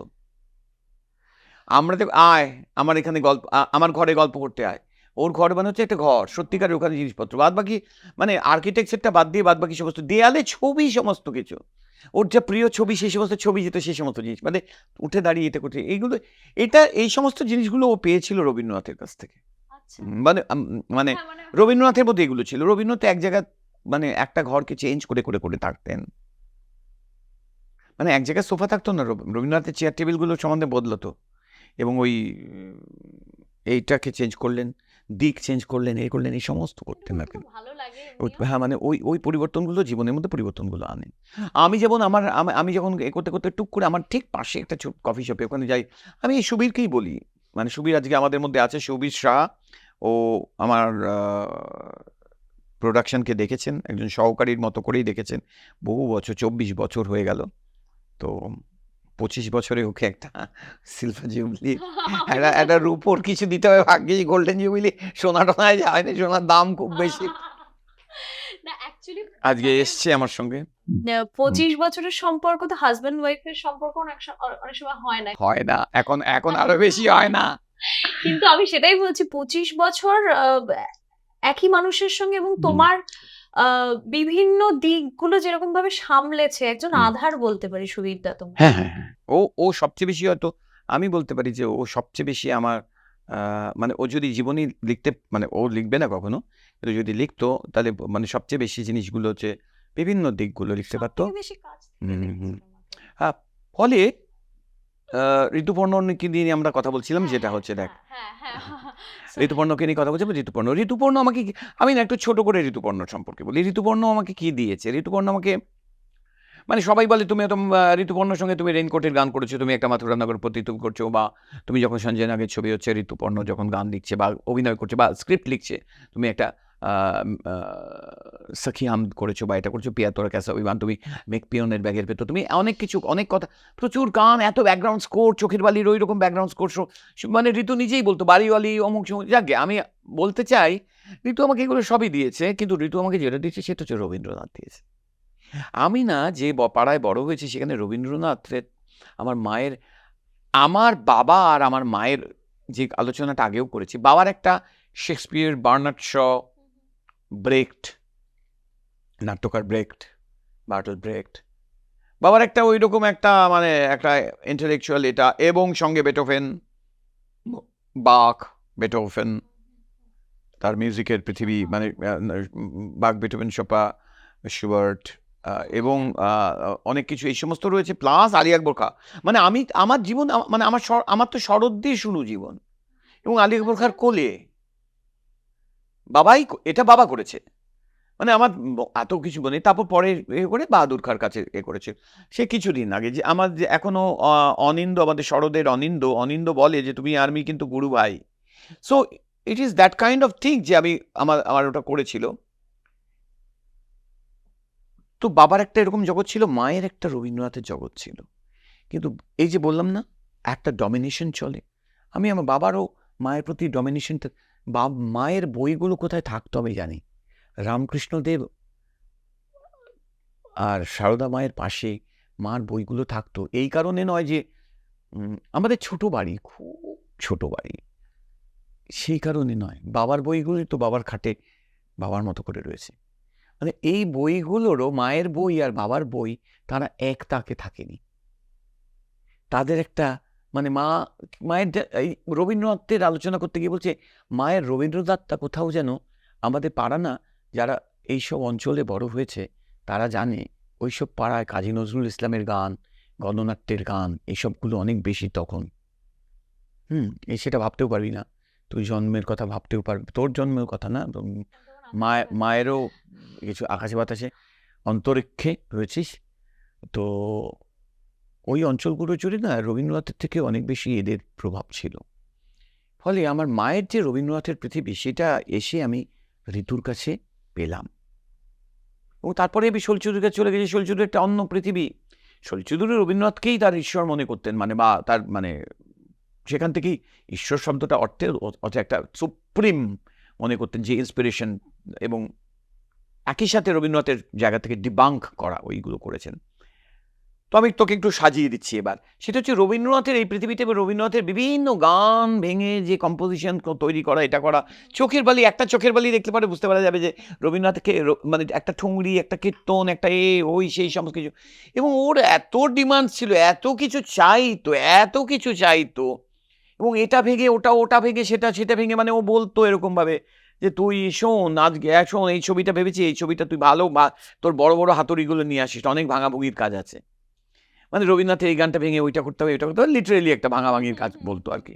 তো আচ্ছা, তুমি একবার বলেছিলে যে তোমার একটা গিটার নাকি সবসময়। হ্যাঁ, একটা জিনিস হচ্ছে যে আমার একটা গিটার ওই বাড়িতে থাকতো, আর আমার একটা চশমা থাকতো। যখন চশমা হলো, সেটা চশমা থাকতো তার কারণ হচ্ছে যে আমি অবধারিতভাবে যে আমি যখন যাব তখন একটা কম্পোজিশন করবার জন্য গিটার নিয়ে যাব না, এবং চশমাটা কোথায় ফেলে এসেছি, এটা হচ্ছে একটা চশমা নিয়ে দেবুকে চশমাটা, আবার যাওয়ার আগে চশমাটা আর গিটারটা, এই রেখে দে, ওই দেবু, এই বিশু, দেবুর চশমাটা রেখে দাও। দেবু তোর পাওয়ার চেঞ্জ হয়েছে, আর পাওয়ার চেঞ্জ হলে সে একটা পাওয়ার চেঞ্জ হওয়া চশমা দিয়ে যাবি। মানে কি সাংঘাতিক বল যে এরকম। ফলে আমি না আমার অনেক কথায়, অনেক আড্ডায় অনেক সময় হয়েছে যে কথা বলতে বলতে, ঋতুপর্ণ কথা বলতে বলতে আমি কেঁদে ফেলেছি, করেছি।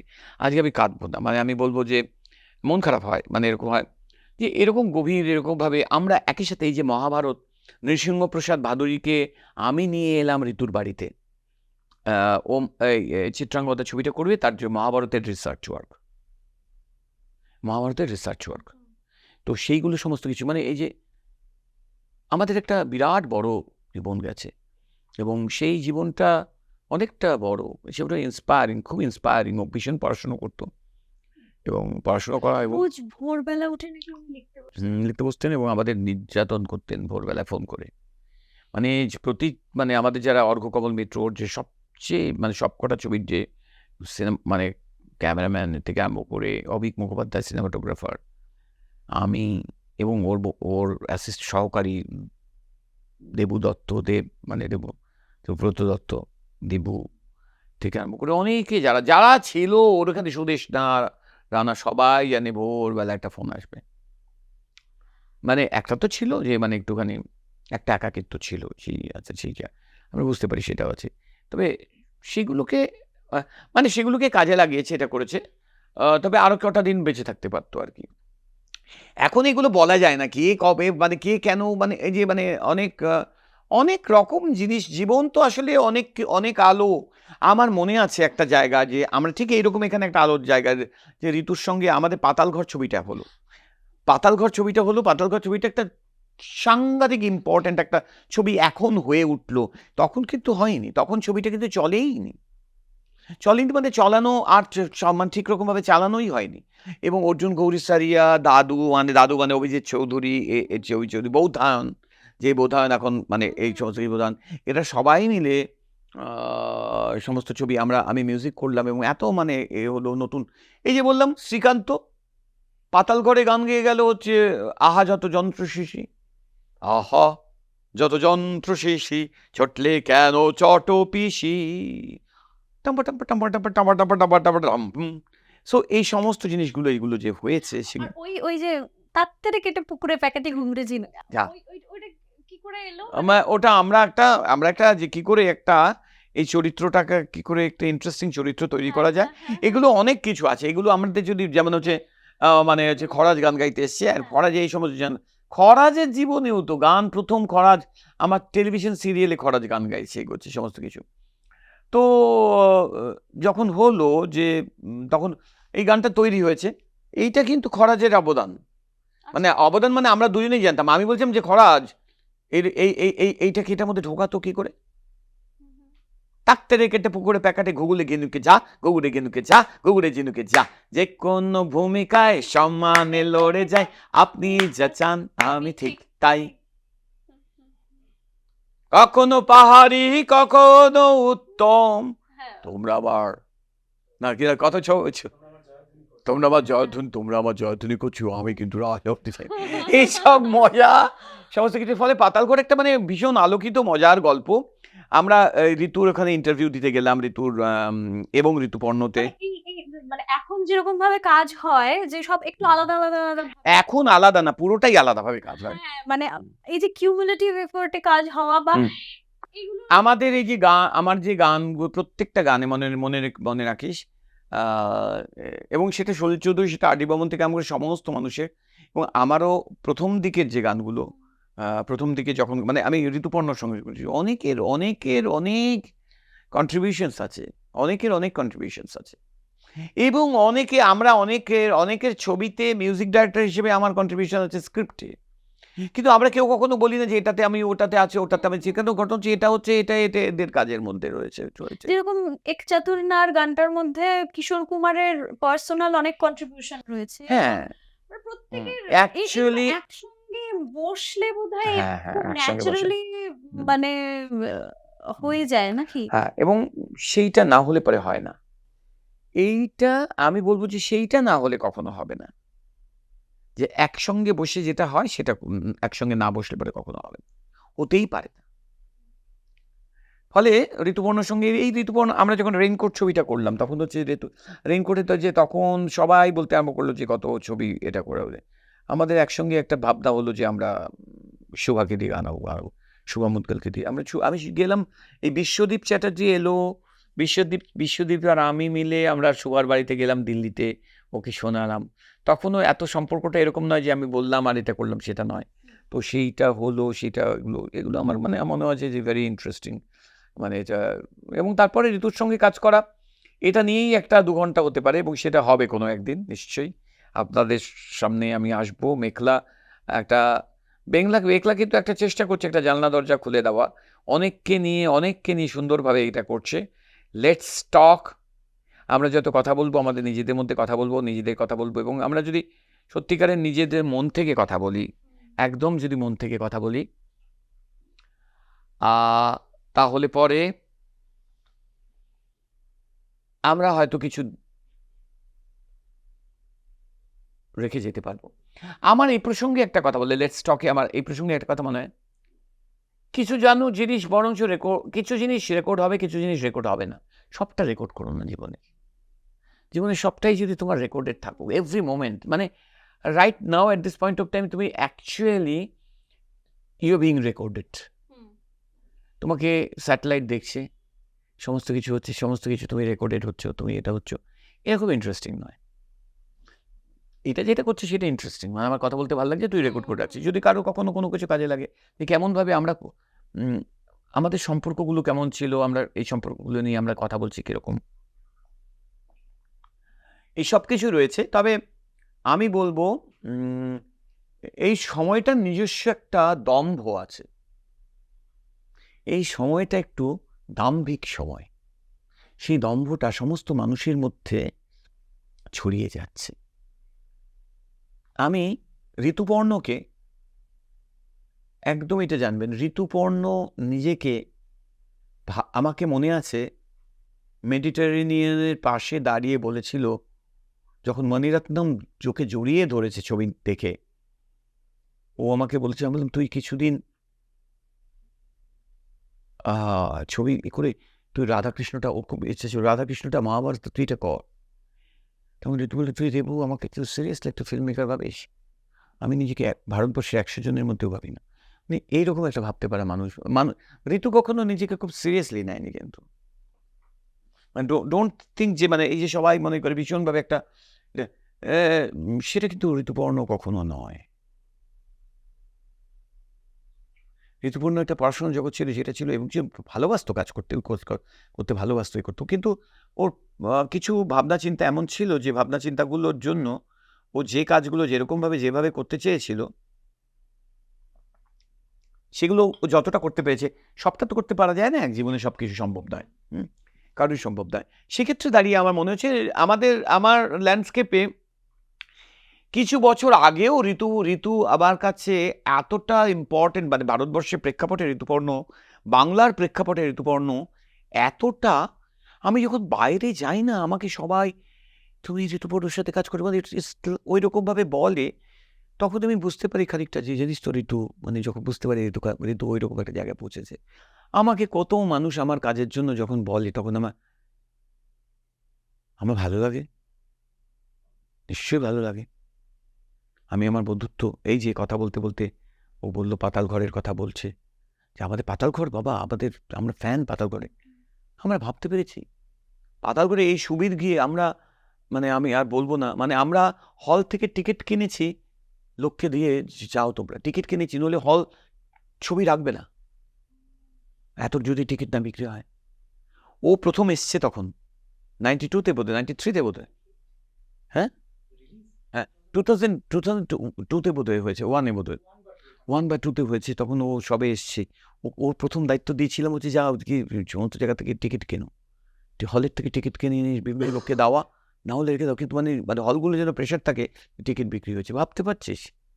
অ্যাকচুয়ালি মনে রাখবি ওই রকমই খুব ইম্পর্ট্যান্ট সিগনিফিকেন্ট ছবি বা কাজ যখন হয়, সেই ছবিটা সেই সময় দাঁড়িয়ে, ছবি হয়, গান হয়, সেইটা সেই সময় কেউ আমরা জানি। মানে আমি বলছি ভ্যান গঘ তো খুব বিরাট বড় উদাহরণ, উদাহরণ, কিন্তু আমি বলতে চাইছি আমাদের কাজগুলো ওই রকমভাবেই, অনেক কাজ ওই রকমভাবে হচ্ছে। এখন যখন সবাই বল, আরে কত লোক বলে বাড়িওয়ালির, আমরা ওই গানটা বাড়িওয়ালির ওইটা শুনতে চাই, একটা অমঙ্গল কাব্য মানুষ বলে, আমি মনে মনে ওই তো ঋতু টুকটুক করে খসখস করে দেখলাম, আমি খসখস করে শুরু করে দিলাম। মানে আমরা কখনো ভাবি এই যে রেইনকোটের মথুরা নগরপতি, এটা এগুলো সব গানগুলো হয়েছে, মানে আমাদের গান করতে কোনোদিন 10 মিনিট সময় লাগেনি, গান কম্পোজ করতে।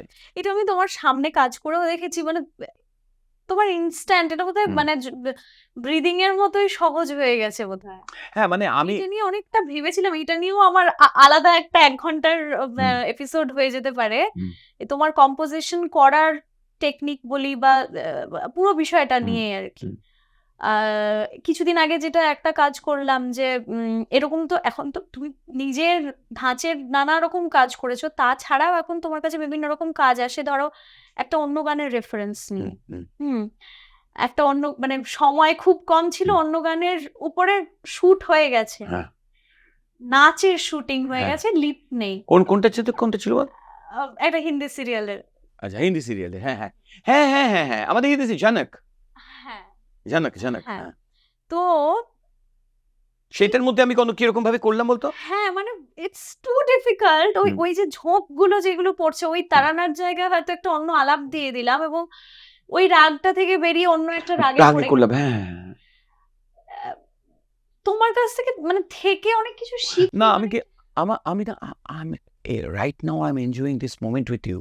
আমার কাছে এই মুহূর্তটা অনেক বেশি ইম্পর্টেন্ট দেন আমি চোখের বালিতে কি করেছি, রেইনকোট করে কি করেছি। মেঘলা, বেঁচে থাকা হচ্ছে এই মুহূর্তের। এই মুহূর্তে তুমি যদি ভালো না বাসতে তাহলে পরে তুমি কি রেখে গেলে, কি হলে, তোমাকে এই মুহূর্তটা তোমার তুঙ্গে থাকতে হবে। আদারওয়াইজ অনেক কিছু সমস্ত, তুই আমাকে একটা কথা বল, যদি এলভিস প্রেসলি অত বড় জীবনেও যদি সবই পেয়ে গেছে তুই হতো, তাহলে উনি সুইসাইড করলেন কেন ওরকম ভাবে? বা ভ্যাঙ্গক অনেক কিছুই পাননি তার জীবনে, সে তার হতে পারে, কিন্তু মেরিলিন মনরোর মতো মানুষ, বা পৃথিবীতে কত, এই মাইকেল জ্যাকসন এরকম একটা জীবনের মধ্যে, ঋতু, যে ঋতুকে নিয়ে, ঋতুকে জানে, ঋতু আর তো জানতে পারবে না যেহেতু যে ঋতুকে নিয়ে এরকম। ঋতু কি বলতো জানিস? ঋতু একটা কথা বলতো যে শোন, এই শোন, আমাদের মধ্যে শোন, তোরা কেউ আমার আগে যাবি না, আমাদের সব বন্ধু বান্ধব। মানে আমার এখনো মনে আছে লর্ডসে আমি রিক্সা ধরছি, ঋতুর বাড়ি যাচ্ছি সন্ধেবেলা, আমাদের একটা সন্ধ্যের আড্ডা হতো, মানে আমি জীবনে পৃথিবীতে আর কোনোদিন এরকম আড্ডা হবে না। আবার আমার তোর সাথে কথা বলতে বলতে একটু এরকম একটা মনে হচ্ছে একটু, আমাকে বলেছিল যে আমি রিক্সাটা ক্রস করছি, ফোন, হ্যাঁ দেবু আসছিস, হ্যাঁ।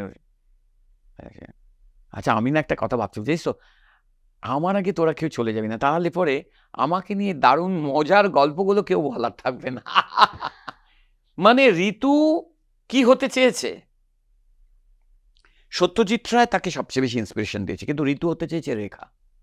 ও রেখা সাজতো, সে যে একটা টেবিলের উপর দাঁড়িয়ে এরকম করতো এবং একটা গান হতো, এবং সেটা ও রেখার মতো করে সেইগুলো আমাকে এরকম করে ঢং করে এরকম করে বসবে, কেমন লাগছে বলতো আমাকে, না আমাকে বল রেখার মতো লাগছে, মানে রেখা থেকে একটু কতটুকু কম, বল কতটুকু কম, মানে সো মানে এইরকম একটা মানুষ যে বিদ্বান পণ্ডিতদের সাথে পড়াশোনা করতে চাই এটা, এবং বাড়ির যে বিশু গোবিন্দ এদের নিয়ে সে সমস্ত কিছু নিয়ে তাদের সাথে কিরকম ভাবে, এই শোন আমার জন্য একটা টেলে ঝোল, আর এটা মানে এইরকমই ঋতুপর্ণ। এখন তো ঋতুপর্ণকে নিয়ে পড়াশোনা বিভিন্ন জায়গায় যখন দেখি আমি, বিভিন্ন সমস্ত কিছু, ঋতুর ভেতরে একটা একটা মানে একটা ছাত্র ঋতু, তার্কিক ঋতু, তর্ক যুদ্ধে ওকে কেউ হারাতে পারবে না, এবং তার্কিক ঋতু, এবং যার কাছে ও পড়াশোনা করছে, শিবাজি দা, যাদবপুর ইউনিভার্সিটি, মানে যাদবপুরে যে বিখ্যাত শিবাজি বন্দ্যোপাধ্যায়ের কাছে পড়াশোনা করছে, ঋতুপর্ণ পড়ছে নৃসিংহপ্রসাদ ভাদুরীর কাছে পড়াশোনা করছে, এবং তারই সাথে তর্ক করছে, কেন ওটা হবে, কেন এটা না, তাহলে যদি ওটা হতো এটা, এই যে মানে ওর মধ্যে একটা চৈতন্য, মানে এই বলছি দেখ গায়ে কাটা দিয়েছে, ওটার মধ্যে একটা চৈতন্য দেব ছিল, ওর ইনফ্যাক্ট ইচ্ছেও ছিল যে চৈতন্যদেব নিয়ে করবেন। আচ্ছা আমি শুরুতেই বলেছিলাম তোমার সাথে কথা বলতে বসলে, আড্ডা দিতে বসলে 1 ঘন্টা বা 2 ঘন্টা এটাকে বাঁধা সম্ভব না, এটা 4 ঘন্টা থেকে 5 ঘন্টাও বেরিয়ে যেতে পারে, বা তারপরের এপিসোডেও যেতে পারে। তো এটা টু বি কন্টিনিউড চাই, থাকুক কিছু কিছু আলোচনা পরের পার্টের জন্য থাকুক। আজকে আমরা এখানে আড্ডাটা এখানে শেষ করছি। তোমাকে আমি জানি না কিভাবে ধন্যবাদ জানাবো।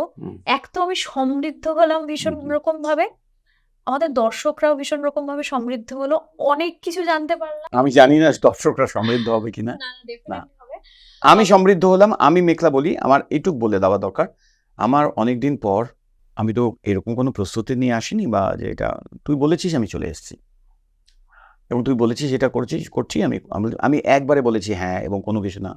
আজকাল আমি কোনো জায়গায় আমাকে ইন্টারভিউ দিতে কোথাও না, সব জায়গায় না করি।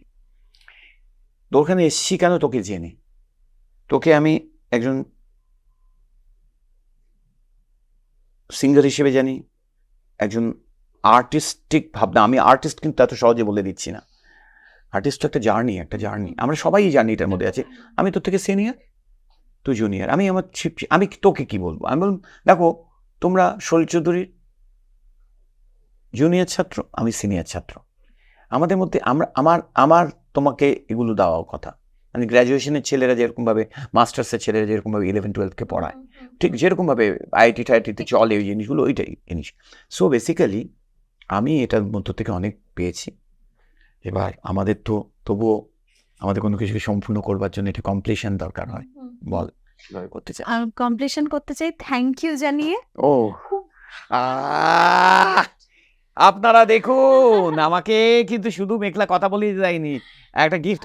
গাছ গাছ ভীষণ এটা ভালো, আমার বেলি ফুলের গাছ, আমার বাহ। খুব পছন্দের। খুব ভালো। এটা খুব সুন্দর। এই গাছটা চলে যাবে হচ্ছে জোনাকির বাগানে চলে যাবে। আচ্ছা, আর তো এটা সবাই মিলে। হ্যাঁ, এটা আমাদের, এটা হচ্ছে সুবীর সাহা, তুমিও পাবে এটার মধ্য থেকে, সবটা নিয়ে যেও না আবার। তো না, আমার যে কতটা ভালো লেগেছে আমি তোমাদের প্রত্যেককে বলছি, আমার যে কতটা ভালো লেগেছে বলতে পারবো না। কেন ঘটনা হচ্ছে, এটা ঋতু থাকলেও ঋতুর ভালো লাগতো। ইনফ্যাক্ট আমি ঋতুকে যদি নিয়ে যেতাম, ঋতু অনেকক্ষণ ধরে, মানে তুই জানিস না ঋতু কার সাথে কথা বলবে আর কার সাথে কথা বলবে না। তো বলতে যাচ্ছে আমার মানে কান্না আসবে এরকম একটা। না, তো না, আমি আজকে মনে করেছি যে না, আমি আমার এখন একটা হয়েছে যে কিছু মুহূর্ত, সেদিন অনুষ্ঠানে 23 তারিখের অনুষ্ঠান তুই পারফর্ম করলি, ইনফ্যাক্ট তোর জ্বর ছিল, এরকম জ্বর, তুই তো প্রায় পারফর্ম করবি না মনে করছিলিস, সেখান থেকে দাঁড়িয়ে আমি ইন্সপায়ার করতে পেরেছি সেটা। না, আমি বলছি যে এইটা খুব ভালো, এটা একটা ইম্পর্টেন্ট জিনিস কাজ করছি।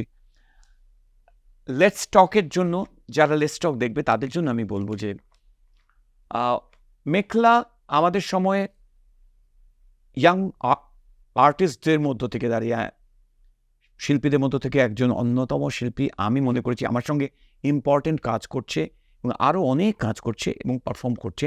কিন্তু ও তো আমাকে বলে দেয়নি এই কথাগুলো বলবার জন্য, কিন্তু লেটস টকটা একটা ইম্পর্টেন্ট কাজ একজন আর্টিস্টের বা একজন আর্টিজান।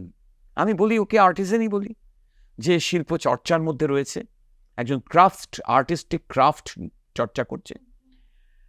এইটা কিন্তু আমি বলবো এটা একটা খুব জরুরি একটা কাজ ও করছি, আমাদের অনেকের জন্য করছেন। আজ থেকে 6 মাস পরে আপনারা বলবেন প্রত্যেকে যে এটা একটা ইম্পর্টেন্ট কাজও করছে। আমি আজকে না এলে বুঝতে পারতাম না। এটা কাজ কর, এবং এভাবেই তুই সমস্ত শিল্পীকে, যেটা বলে ক্যাঁক করে ধরাটা, ওইভাবে ধরবি, যাতে তারাও তাদের গোছানো পৃথিবীর বাইরে তারা কিছু কথা বলে যেতে পারে।